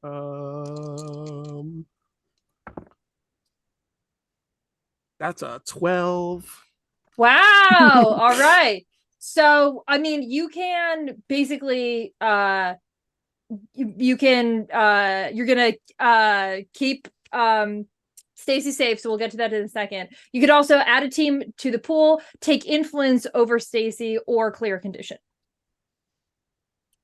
I don't have any conditions right now. Are we gonna need any more team? Is what I'm wondering. Or should I just go for the influence? How much team do we have right now? 3, right? 3, yes. I'll go for the influence. Great. So literally like as Emerita is moving her hand in to shake Stacy's and you say, I need a pencil, please. Uh Emerita goes, oh, of course, and like moves her hand over to like the little mug full of pencils she has, and she just like hands it over to you. It's like it's a bright pink fluorescent pencil, and we'll just like hand it off to Witch. Thank you. Thank you. You two have a good day, and she will shepherd you out of her room and close the door behind. Will you debrief with Morena and Lee? Yeah. Cool. So it appears maybe possibly there was more to this person than what we saw before, and maybe we should have heard them out, but that's in the past now. We need to figure out why they needed this, and I think we may have gotten a lead. She said something about her wife being on the tech side. So maybe if we can figure out who that is, we can follow up there. I mean, if she's a public figure, her wife probably is too. Uh, Stacy, did you see anything in your Google search about that? Any of the books? Something? Um, like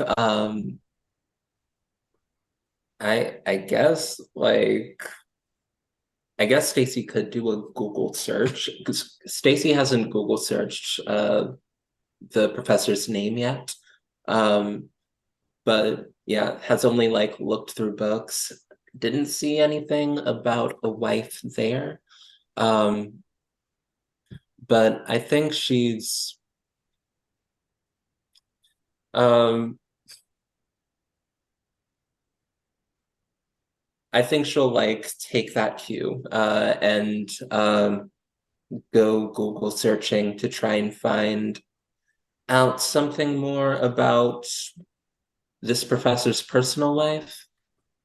I think she'll say that like the Halcyon um probably isn't like a threat danger to the city since it seems like to her it's not like a power thing, it's like a personal thing. Um I'm not sure what it's about, but Cool. apparently Well, it's oh, sorry. well, that sounds like because as we recall, Stacy has a busted phone right now. That sounds like maybe we're heading to the campus library to do a little bit of research. Is Oh, yeah, dads are probably worried about me. It's fine. Let's go to the library. cool. Yeah, so I think you all will next scene cuts to the library. You all and you make a very interesting looking group here. You know, the big pink hair, the like, eye patch, like you're all kind of dressed like you're going to different places kind of deal, so it's very and you're all sort of crowded around like the guest computer section of the library. A lot of people in here, studying and I think that it won't take long to discover that Professor Elspeth Matheson does have a wife who is a private or who is a public figure, and her name is Lavinia Mason. But what you discover about her, interestingly enough, there's some, like articles here and there about Lavinia Mason's work in the field of robotics. And like here is where you do see those pink robots, pink fluorescent metal robots that are just, that can carry out tasks. You can find like her work in like making like reinforced metals that are especially good for, certain engineering tasks and things like that. Very, a very impressive woman. But the most interesting detail that you find out is a Facebook page, or I guess not Facebook. What did I decide it was called? Kingfisher page. Kingfisher is the social media of choice in Halcyon City. And there's a Kingfisher page post that is from someone who is not Professor Mason, but seems like a friend, or maybe even a friend of a friend, that says, thoughts and prayers for Lavinia Mason. From what I've heard, she's been knocked out pretty bad by something, not sure what it is, looking dire. She's being cared for by her wife now, but please keep her in your thoughts. Heart, heart, heart, heart, heart. Praying hands emoji, praying hands emoji, praying hands emoji. And this was dated maybe like 4 days ago. Huh. Are there any superhero with big things 4 days ago? What kind of thing? I imagine that maybe Lee would start Googling for this. Yeah. What They kind do. of thing would Lee be looking for? Just like any big flashy superhero supervillain fight that could have involved like members of public. Because if this other Miss Mason is getting like the vague, oh, she was knocked out by something, that's Cool. interesting. It is interesting. Yes, and I really like that that's your line of thinking, because I'll tell you what you start to see.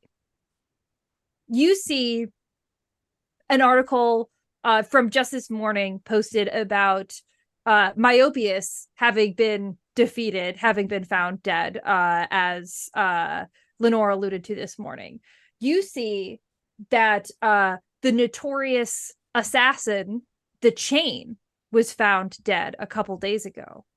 And then you also see that there was a villain. This villain is not named. This is not in like a big news thing. It's like someone's post on Kingfisher that's like, one of those villains whose names I don't know, seems like they got knocked out 4 days ago, like knocked out just outside of the park.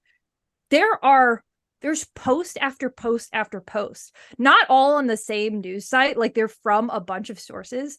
They are all about villains who have been, either died, or they've been knocked out, or their powers have stopped working, all from the past like week. Hey guys. I'm starting to think this might be bigger than some stupid rock.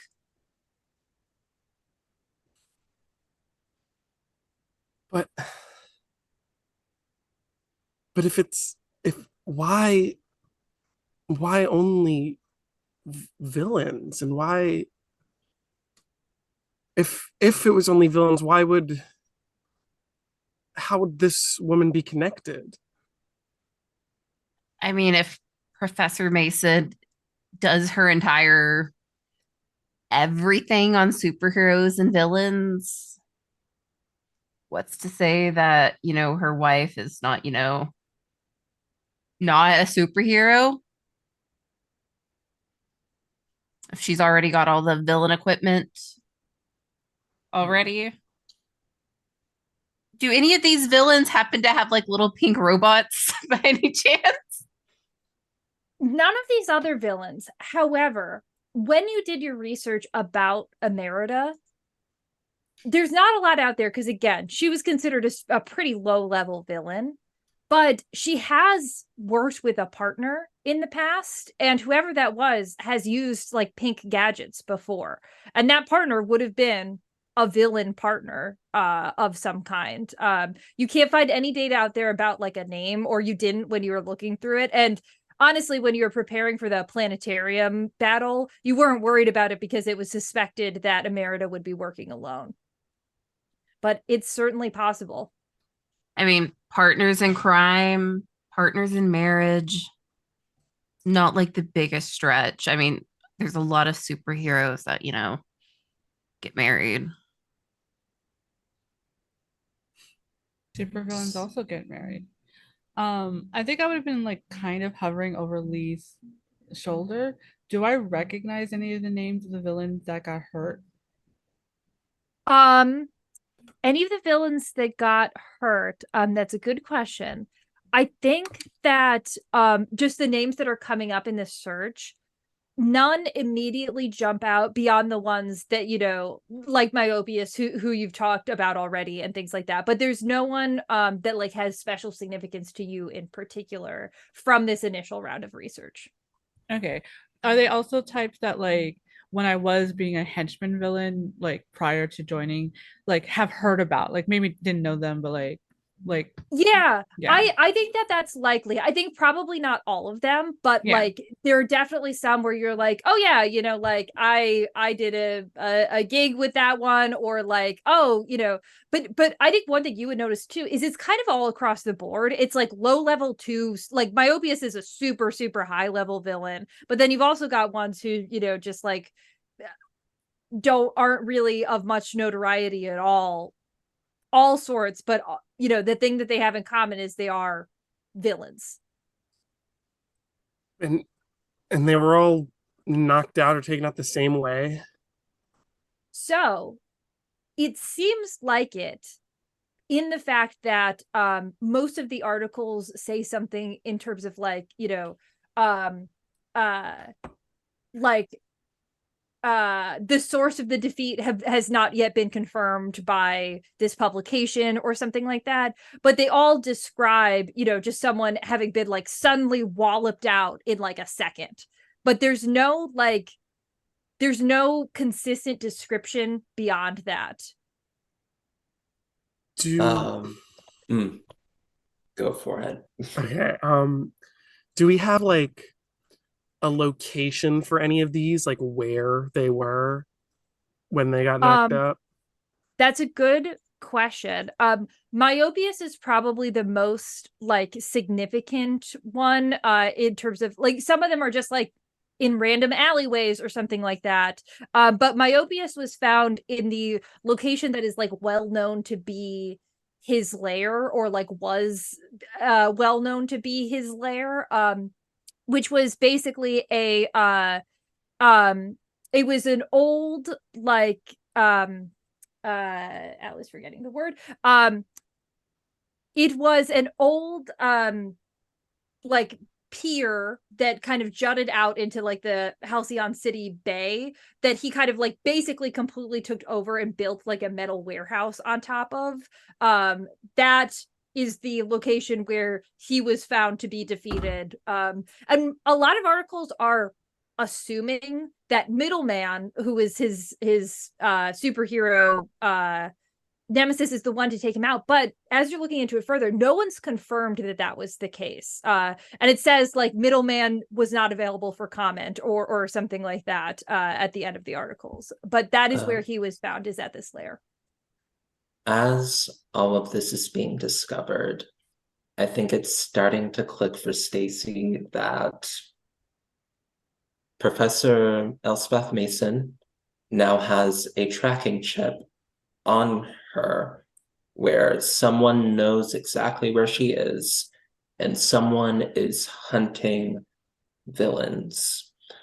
So I think I'm going to try to clear the insecure condition by rushing off to take foolhardy action without talking to my team. and I'm just gonna run to Professor Mason's office as quickly as I can because she's in trouble, and I probably need to destroy that tracking chip before somebody gets her. Amazing. All right. And y'all like probably see me like in front of the computer, and I'll just say, Professor Mason, and I'll just start running. Morena, what do you do when you see this? I'm just like, but Stacey doesn't have a phone anymore. Like just like no way to contact us. Um, huh. We should probably go after Stacy. Yeah. Alice is already like, Stacy, where are you? And just like trying to follow because Yeah. What's Lee up to? Hmm. I think Lee keeps kind of looking into this. I think they're a little bit more distracted by what they're finding than necessarily whatever the hell Stacy is doing. Yeah. It's Yeah. So Lee's, like kind of continuing researching, letting letting the others kind of run after Stacy and see what's going on. Lee's not the responsible one. Yeah. They should not be responsible for anything. And not to mention this is things that are not quite hitting close to home, but it's not something they are happy to look into.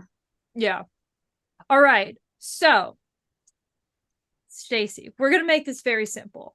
I think you have like a head start on your compatriots, so I think you definitely are able to like get to the office probably before they could reasonably stop you. But they are there, if things go wrong, and you can probably tell that you're being followed. What you're doing is actually defending someone or something, because you are really just are you trying to like break this thing? Like is that what's happening? Or are you trying to like what's your goal? Um,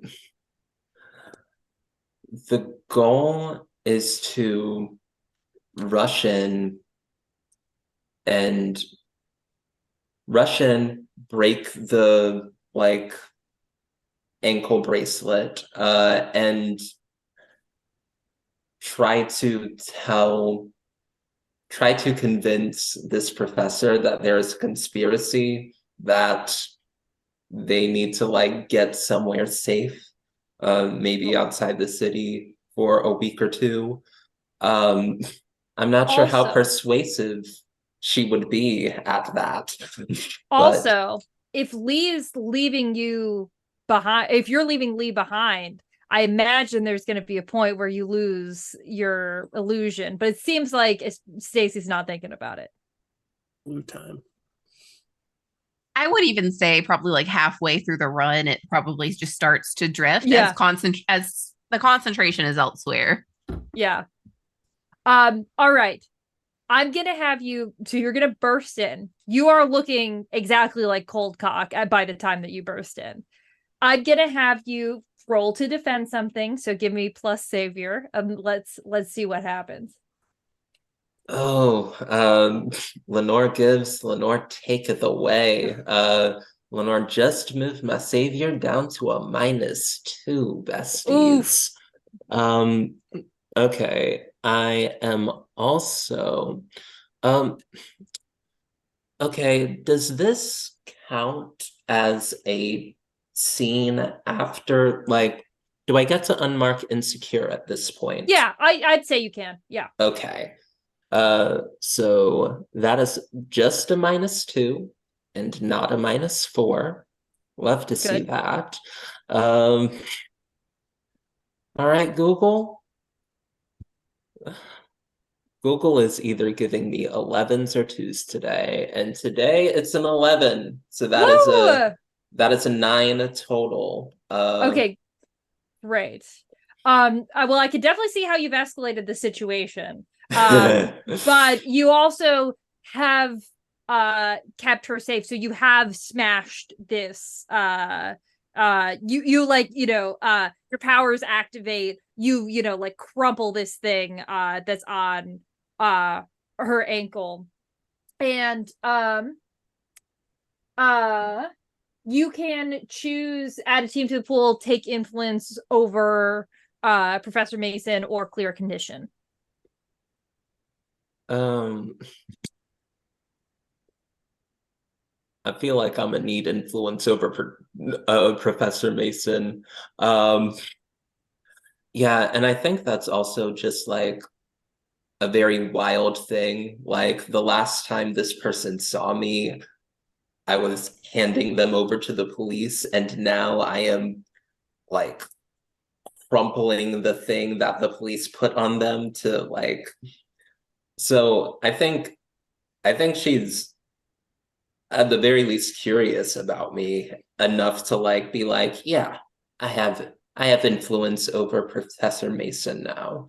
Yeah, that makes sense. So what's gonna happen is you're gonna rush in, you're gonna crush this. Professor Mason, like as soon as you rush in and start rushing towards her, even before she realizes that it's you, has like snapped to activate a couple robots that now just like start circling around her. And the robots are saying like the librarian reference desk is an excellent resource, just like as they're going around, and she will like look, she like her immediate reaction is like, oh, that you.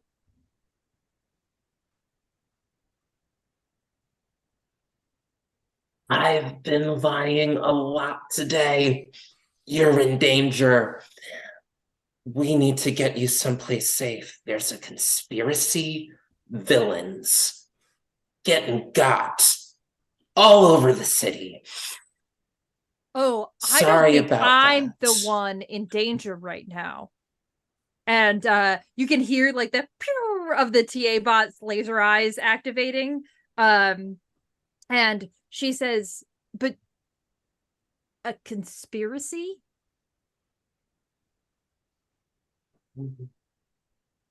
Uh, well, honestly, I like Google searched for like 15 minutes and we sort of jumped to that conclusion that there's a conspiracy.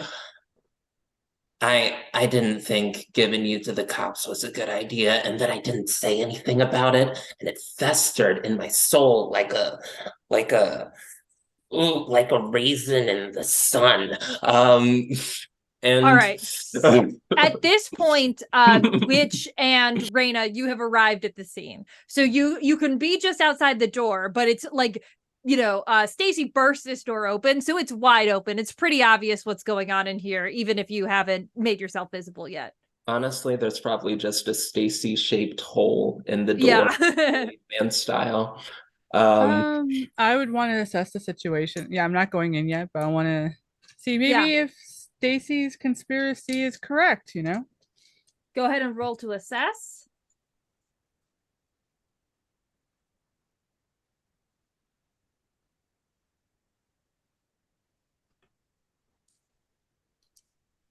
So, nope, that's a 6. Unless Anyone want to add? I mean, Witch, you want to add a team to the pool there? Yeah, sure. How are you helping make it easy for Raina to assess? um, gosh, how I guess dang, I don't know how I can help assess. That's kind of a abstract thing. I mean, it could be as simple as like what you're doing to like make sure that they're not distracted while this is happening. Like you could even be like running interference down the hall or something like that. I'll say I'm also willing to take it selfishly if you really can't come up with anything. Sure, yeah. Yeah. I think selfishly, I'm like, oh, these fucking superheroes. They just don't look what they look. This is why things get bad in the, and just like berating, like not really meanly, but like just the entire team. Like, Yeah. ugh, you know. So yeah, so I'll bump me up to 7. Yeah, Stacy definitely hears that and is like understanding, wow, I've destroyed this woman's door, and this building obviously doesn't get enough funding. Yeah, this isn't gonna get repaired for another 5 years for sure. Oh. All right, what question do you want the answer to? I want to know what's the biggest threat. Okay, what here's the biggest threat? You think that the biggest threat is that you think that it is very you think that you probably have to get Stacy out of there, because even if Stacy manages to like convince Emerita that there's a reason to leave, you doubt that Emerita is going to care significantly about the well-being of the person who like helped get her caught while she's making her escape. I sigh and let Witch know that. How do we want to do this? Which is kind of just like worried about Stacy at this point and does kind of just like go in and it's like, Stacy, what are you doing?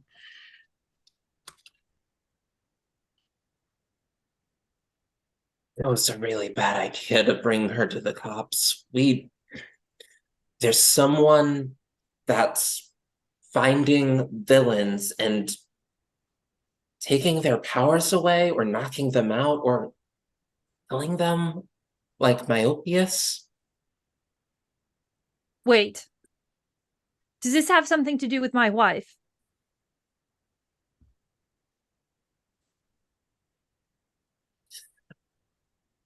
I think so. I also just spent 15 minutes on Google. I don't know, but if something happened to you, I would feel like a really shitty hero.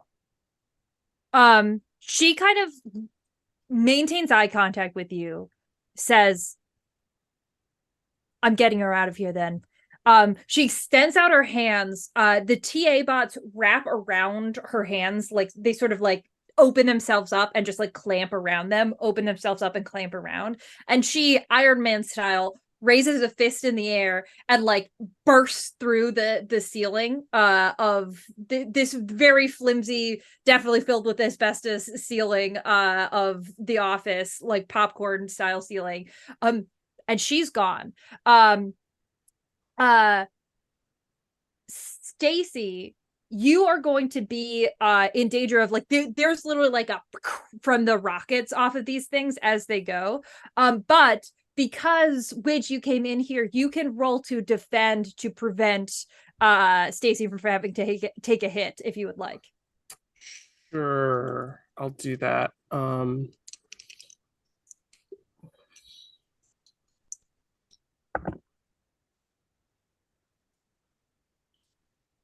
That is a 10.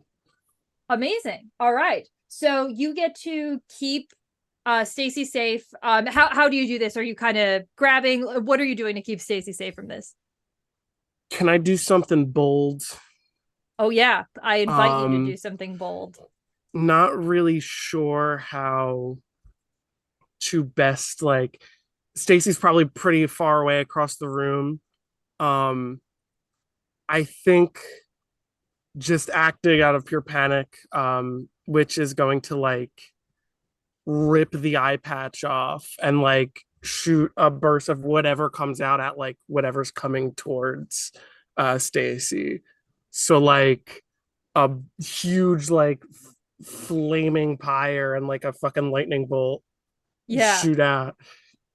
I love that so much. Yeah, I think that there's this awesome panel of, of which lifting the eye patch, this like insane torrent of energy just like streaming out, which becomes like enough of sort of a defensive wall from this like radiating burst that comes from these rockets that Stacy I think kind of has to cover herself a little, but then remain safe, and as your kind of energy disrupts what would have injured her.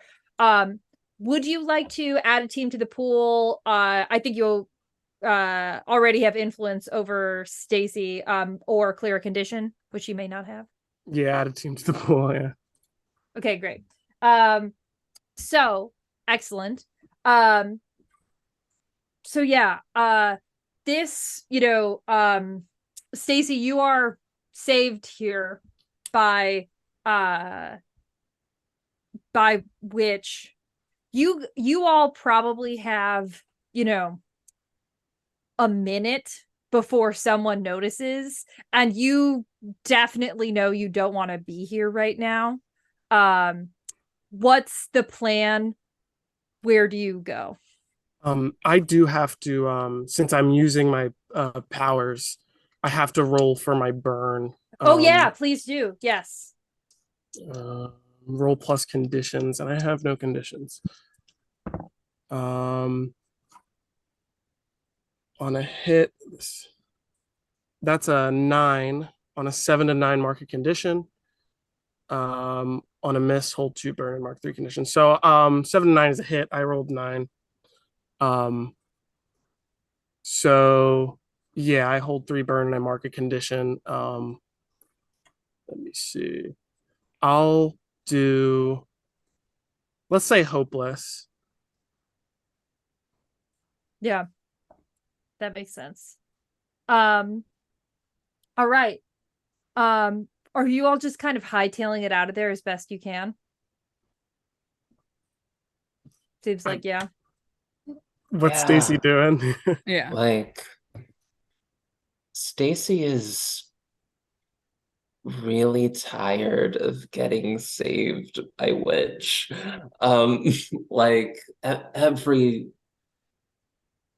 time, like she feels like she has to prove herself to Witch, and every time she gets in trouble, and Witch has to save her. And is that's like needling at her.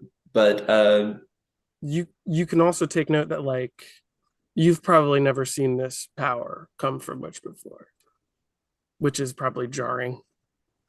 yeah, and also just like flames and lightning shooting out. It's very cool, but it's also like flames are well known as Stacy's weakness. Stacy gets like a lot weaker under fire. And is a little shell-shocked and a little like, of course, Witch has all of these incredible powers, and of course I'm again getting in the way of is feeling tired, but is still like willing to go if people are like, we gotta go. Is present enough to like run and skedaddle if they need to. Cool.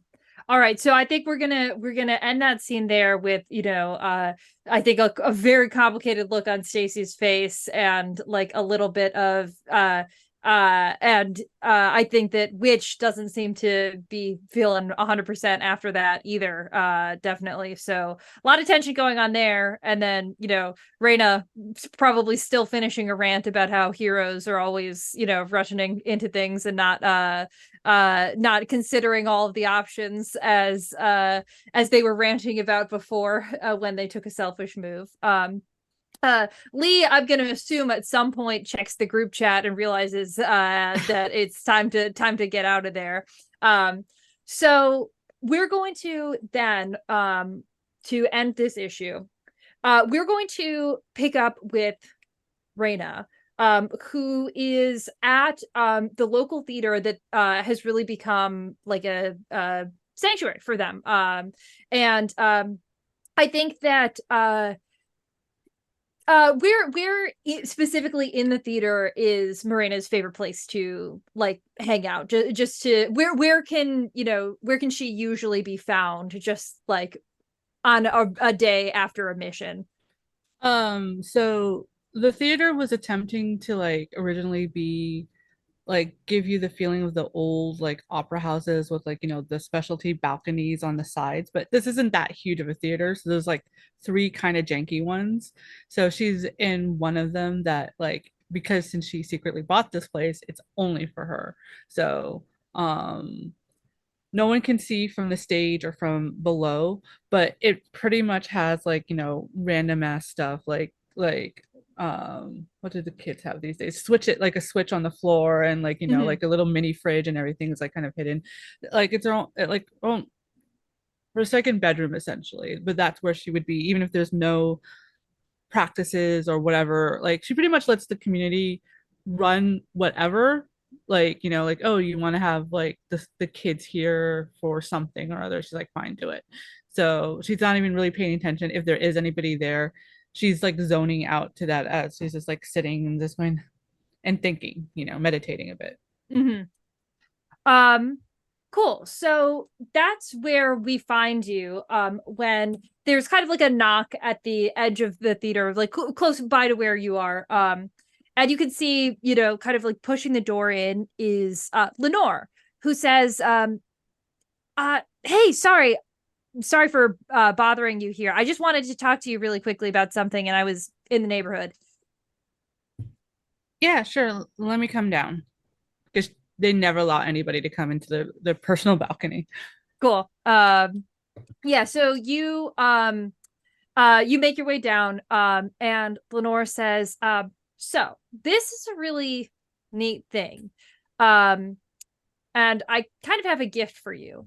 And she like unfolds her hand, and you can see inside there's a small ball just about this big. It has it's like mixed metals. It looks like there's maybe some copper, some silver, could even be some gold wrapped up in it. Very, like they're like tight links all together, kind of forming this ball. And she says, I had the most interesting conversation last night with with this doctor who works with like ancient artifacts of some kind. And this that I found, he actually asked me to give to you. And she kind of like holds it, she, holds it out like towards you, and as it gets like closer to you, it starts kind of like twitching and like rolling around a little bit. And she says, oh, that's weird. Forgot to unmute for a second. We'll create a psychic hand, like kind of like over my own hand, to go and like as if it's like an extension to pick it up, but not, I'm not physically picking it up. And I don't recognize this like particular item, Correct. right? Yeah, you don't. Yeah, the whole like what kind of doctor they are kind of pinged a little bit. I'm like, but it doesn't click. And so yeah, I attempt to pick it up like with three psychic fingers, and be like, did they say why? Well, so apparently it's the way that he described it was as some kind of like, it's almost like an interdimensional radio. It's, you can't actively tune it, but it's kind of constantly seeking for little moments that happen between realities. And it can sort of help, I guess, I don't know, sync them up or something like that. And it can say words out loud when moments in reality pass close enough to each other. And apparently it's been saying your name. My name. Well, I've never messed with anything with this before, and I'll bring it close, like just to like look at the details of the different types of metal, because like like lizard brain is like, ooh, pretty, like, Yeah. oh, shiny. And does it do any more reactions like while When you bring it close to your face, it moves out of your psychic hand, and this happens very quickly, and it snakes its way around your wrist and like seals there like a bracelet. Like the ball unfurls until you've got this like chain of links around your wrist. And Lenore jumps back. It was like, well, that was very strange. is this some sort of prank or something? I It's mean, not. No, no. This Dr. Shadows, he's like an expert in like ancient Dr. artifacts. Paris. Yes, Dr. Paris Shadows. I'm pretty sure that's his name. Yes. And kind of doing like the very much like a little kid thing of like shaking, like get it off, like just like total freak out, like not even thinking like clearly, like just like get it off, Yeah. get it off kind of movement. Lenore's like, whoa, whoa, whoa. Is everything all right? No, you're not allowed to talk to that doctor ever again. We need to get this off. We need to, and then like kind of like scratching at it now, forgetting the Yeah. psychic hand and physically just trying to like scratch it off or like yank Lenore it. also like tries to get at your wrist and is sort of like looking to see if there's like a clasp or something, but it's pretty firmly stuck there. And but Lenore, like while she's still like trying to help you, trying to get it off, but she says, I I'm sorry, I don't know, maybe you know this, Dr. Shadows, but he's really he's supposed to be a very talented in this field. Like he has helped a lot of heroes with helping them integrate the power of these artifacts into their Yeah, work. he helps heroes, not fucking villains, and is still like trying to like pull on. Raina, you're not a villain. I was a henchman kind of before, and I'm technically not officially a hero yet. I'm like, even the stupid social media people are like calling us anti-hero, like that's not a real hero. And it's just like babbling and a little bit in Spanish too at this point. Yeah. Lenore is kind of like just like sort of takes a step back and kind of like lets you like she kind of lets you like run down and like feel your feelings and stuff like that. And then she says, I'm sorry, I'll find a way to get it off, but really, if what Dr. Shadows does is help heroes, and if you've got this artifact now that it seems to be attuned to you in some way, maybe there'll be some way that it can help you feel more like a hero.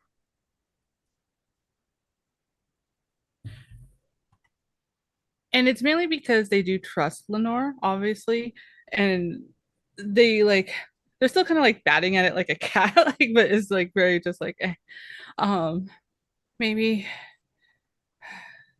you're right, maybe, but I do not, you can't, just because they're published doesn't mean they know what they're talking about. You can't trust all scientists and doctors. You're right.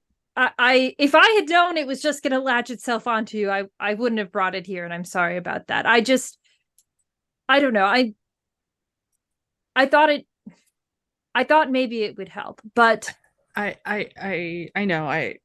know you're trying your best. she sort of smiles and says, the next time you come to group, I'll see if I can find a way to get this thing off. In the meantime, though, just try to ignore it. And she will kind of like turn around and leave. And the last like panel of this issue is after you have kind of like settled down somewhere, maybe it's back in your private balcony or something like that. A whisper comes out of the bracelet. It's just like the thinnest lines, the thinnest text, but it's audible to you. And it says, I just miss her so much. that is where we are going to call it an evening. This has been another very exciting, very dramatic, lots going on, Stacy going through it, everybody going through it, episode of Freezerburnt.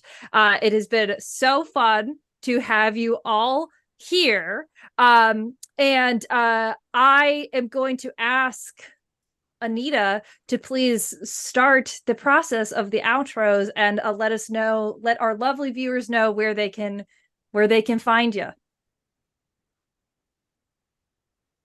Ellie, that was so sad.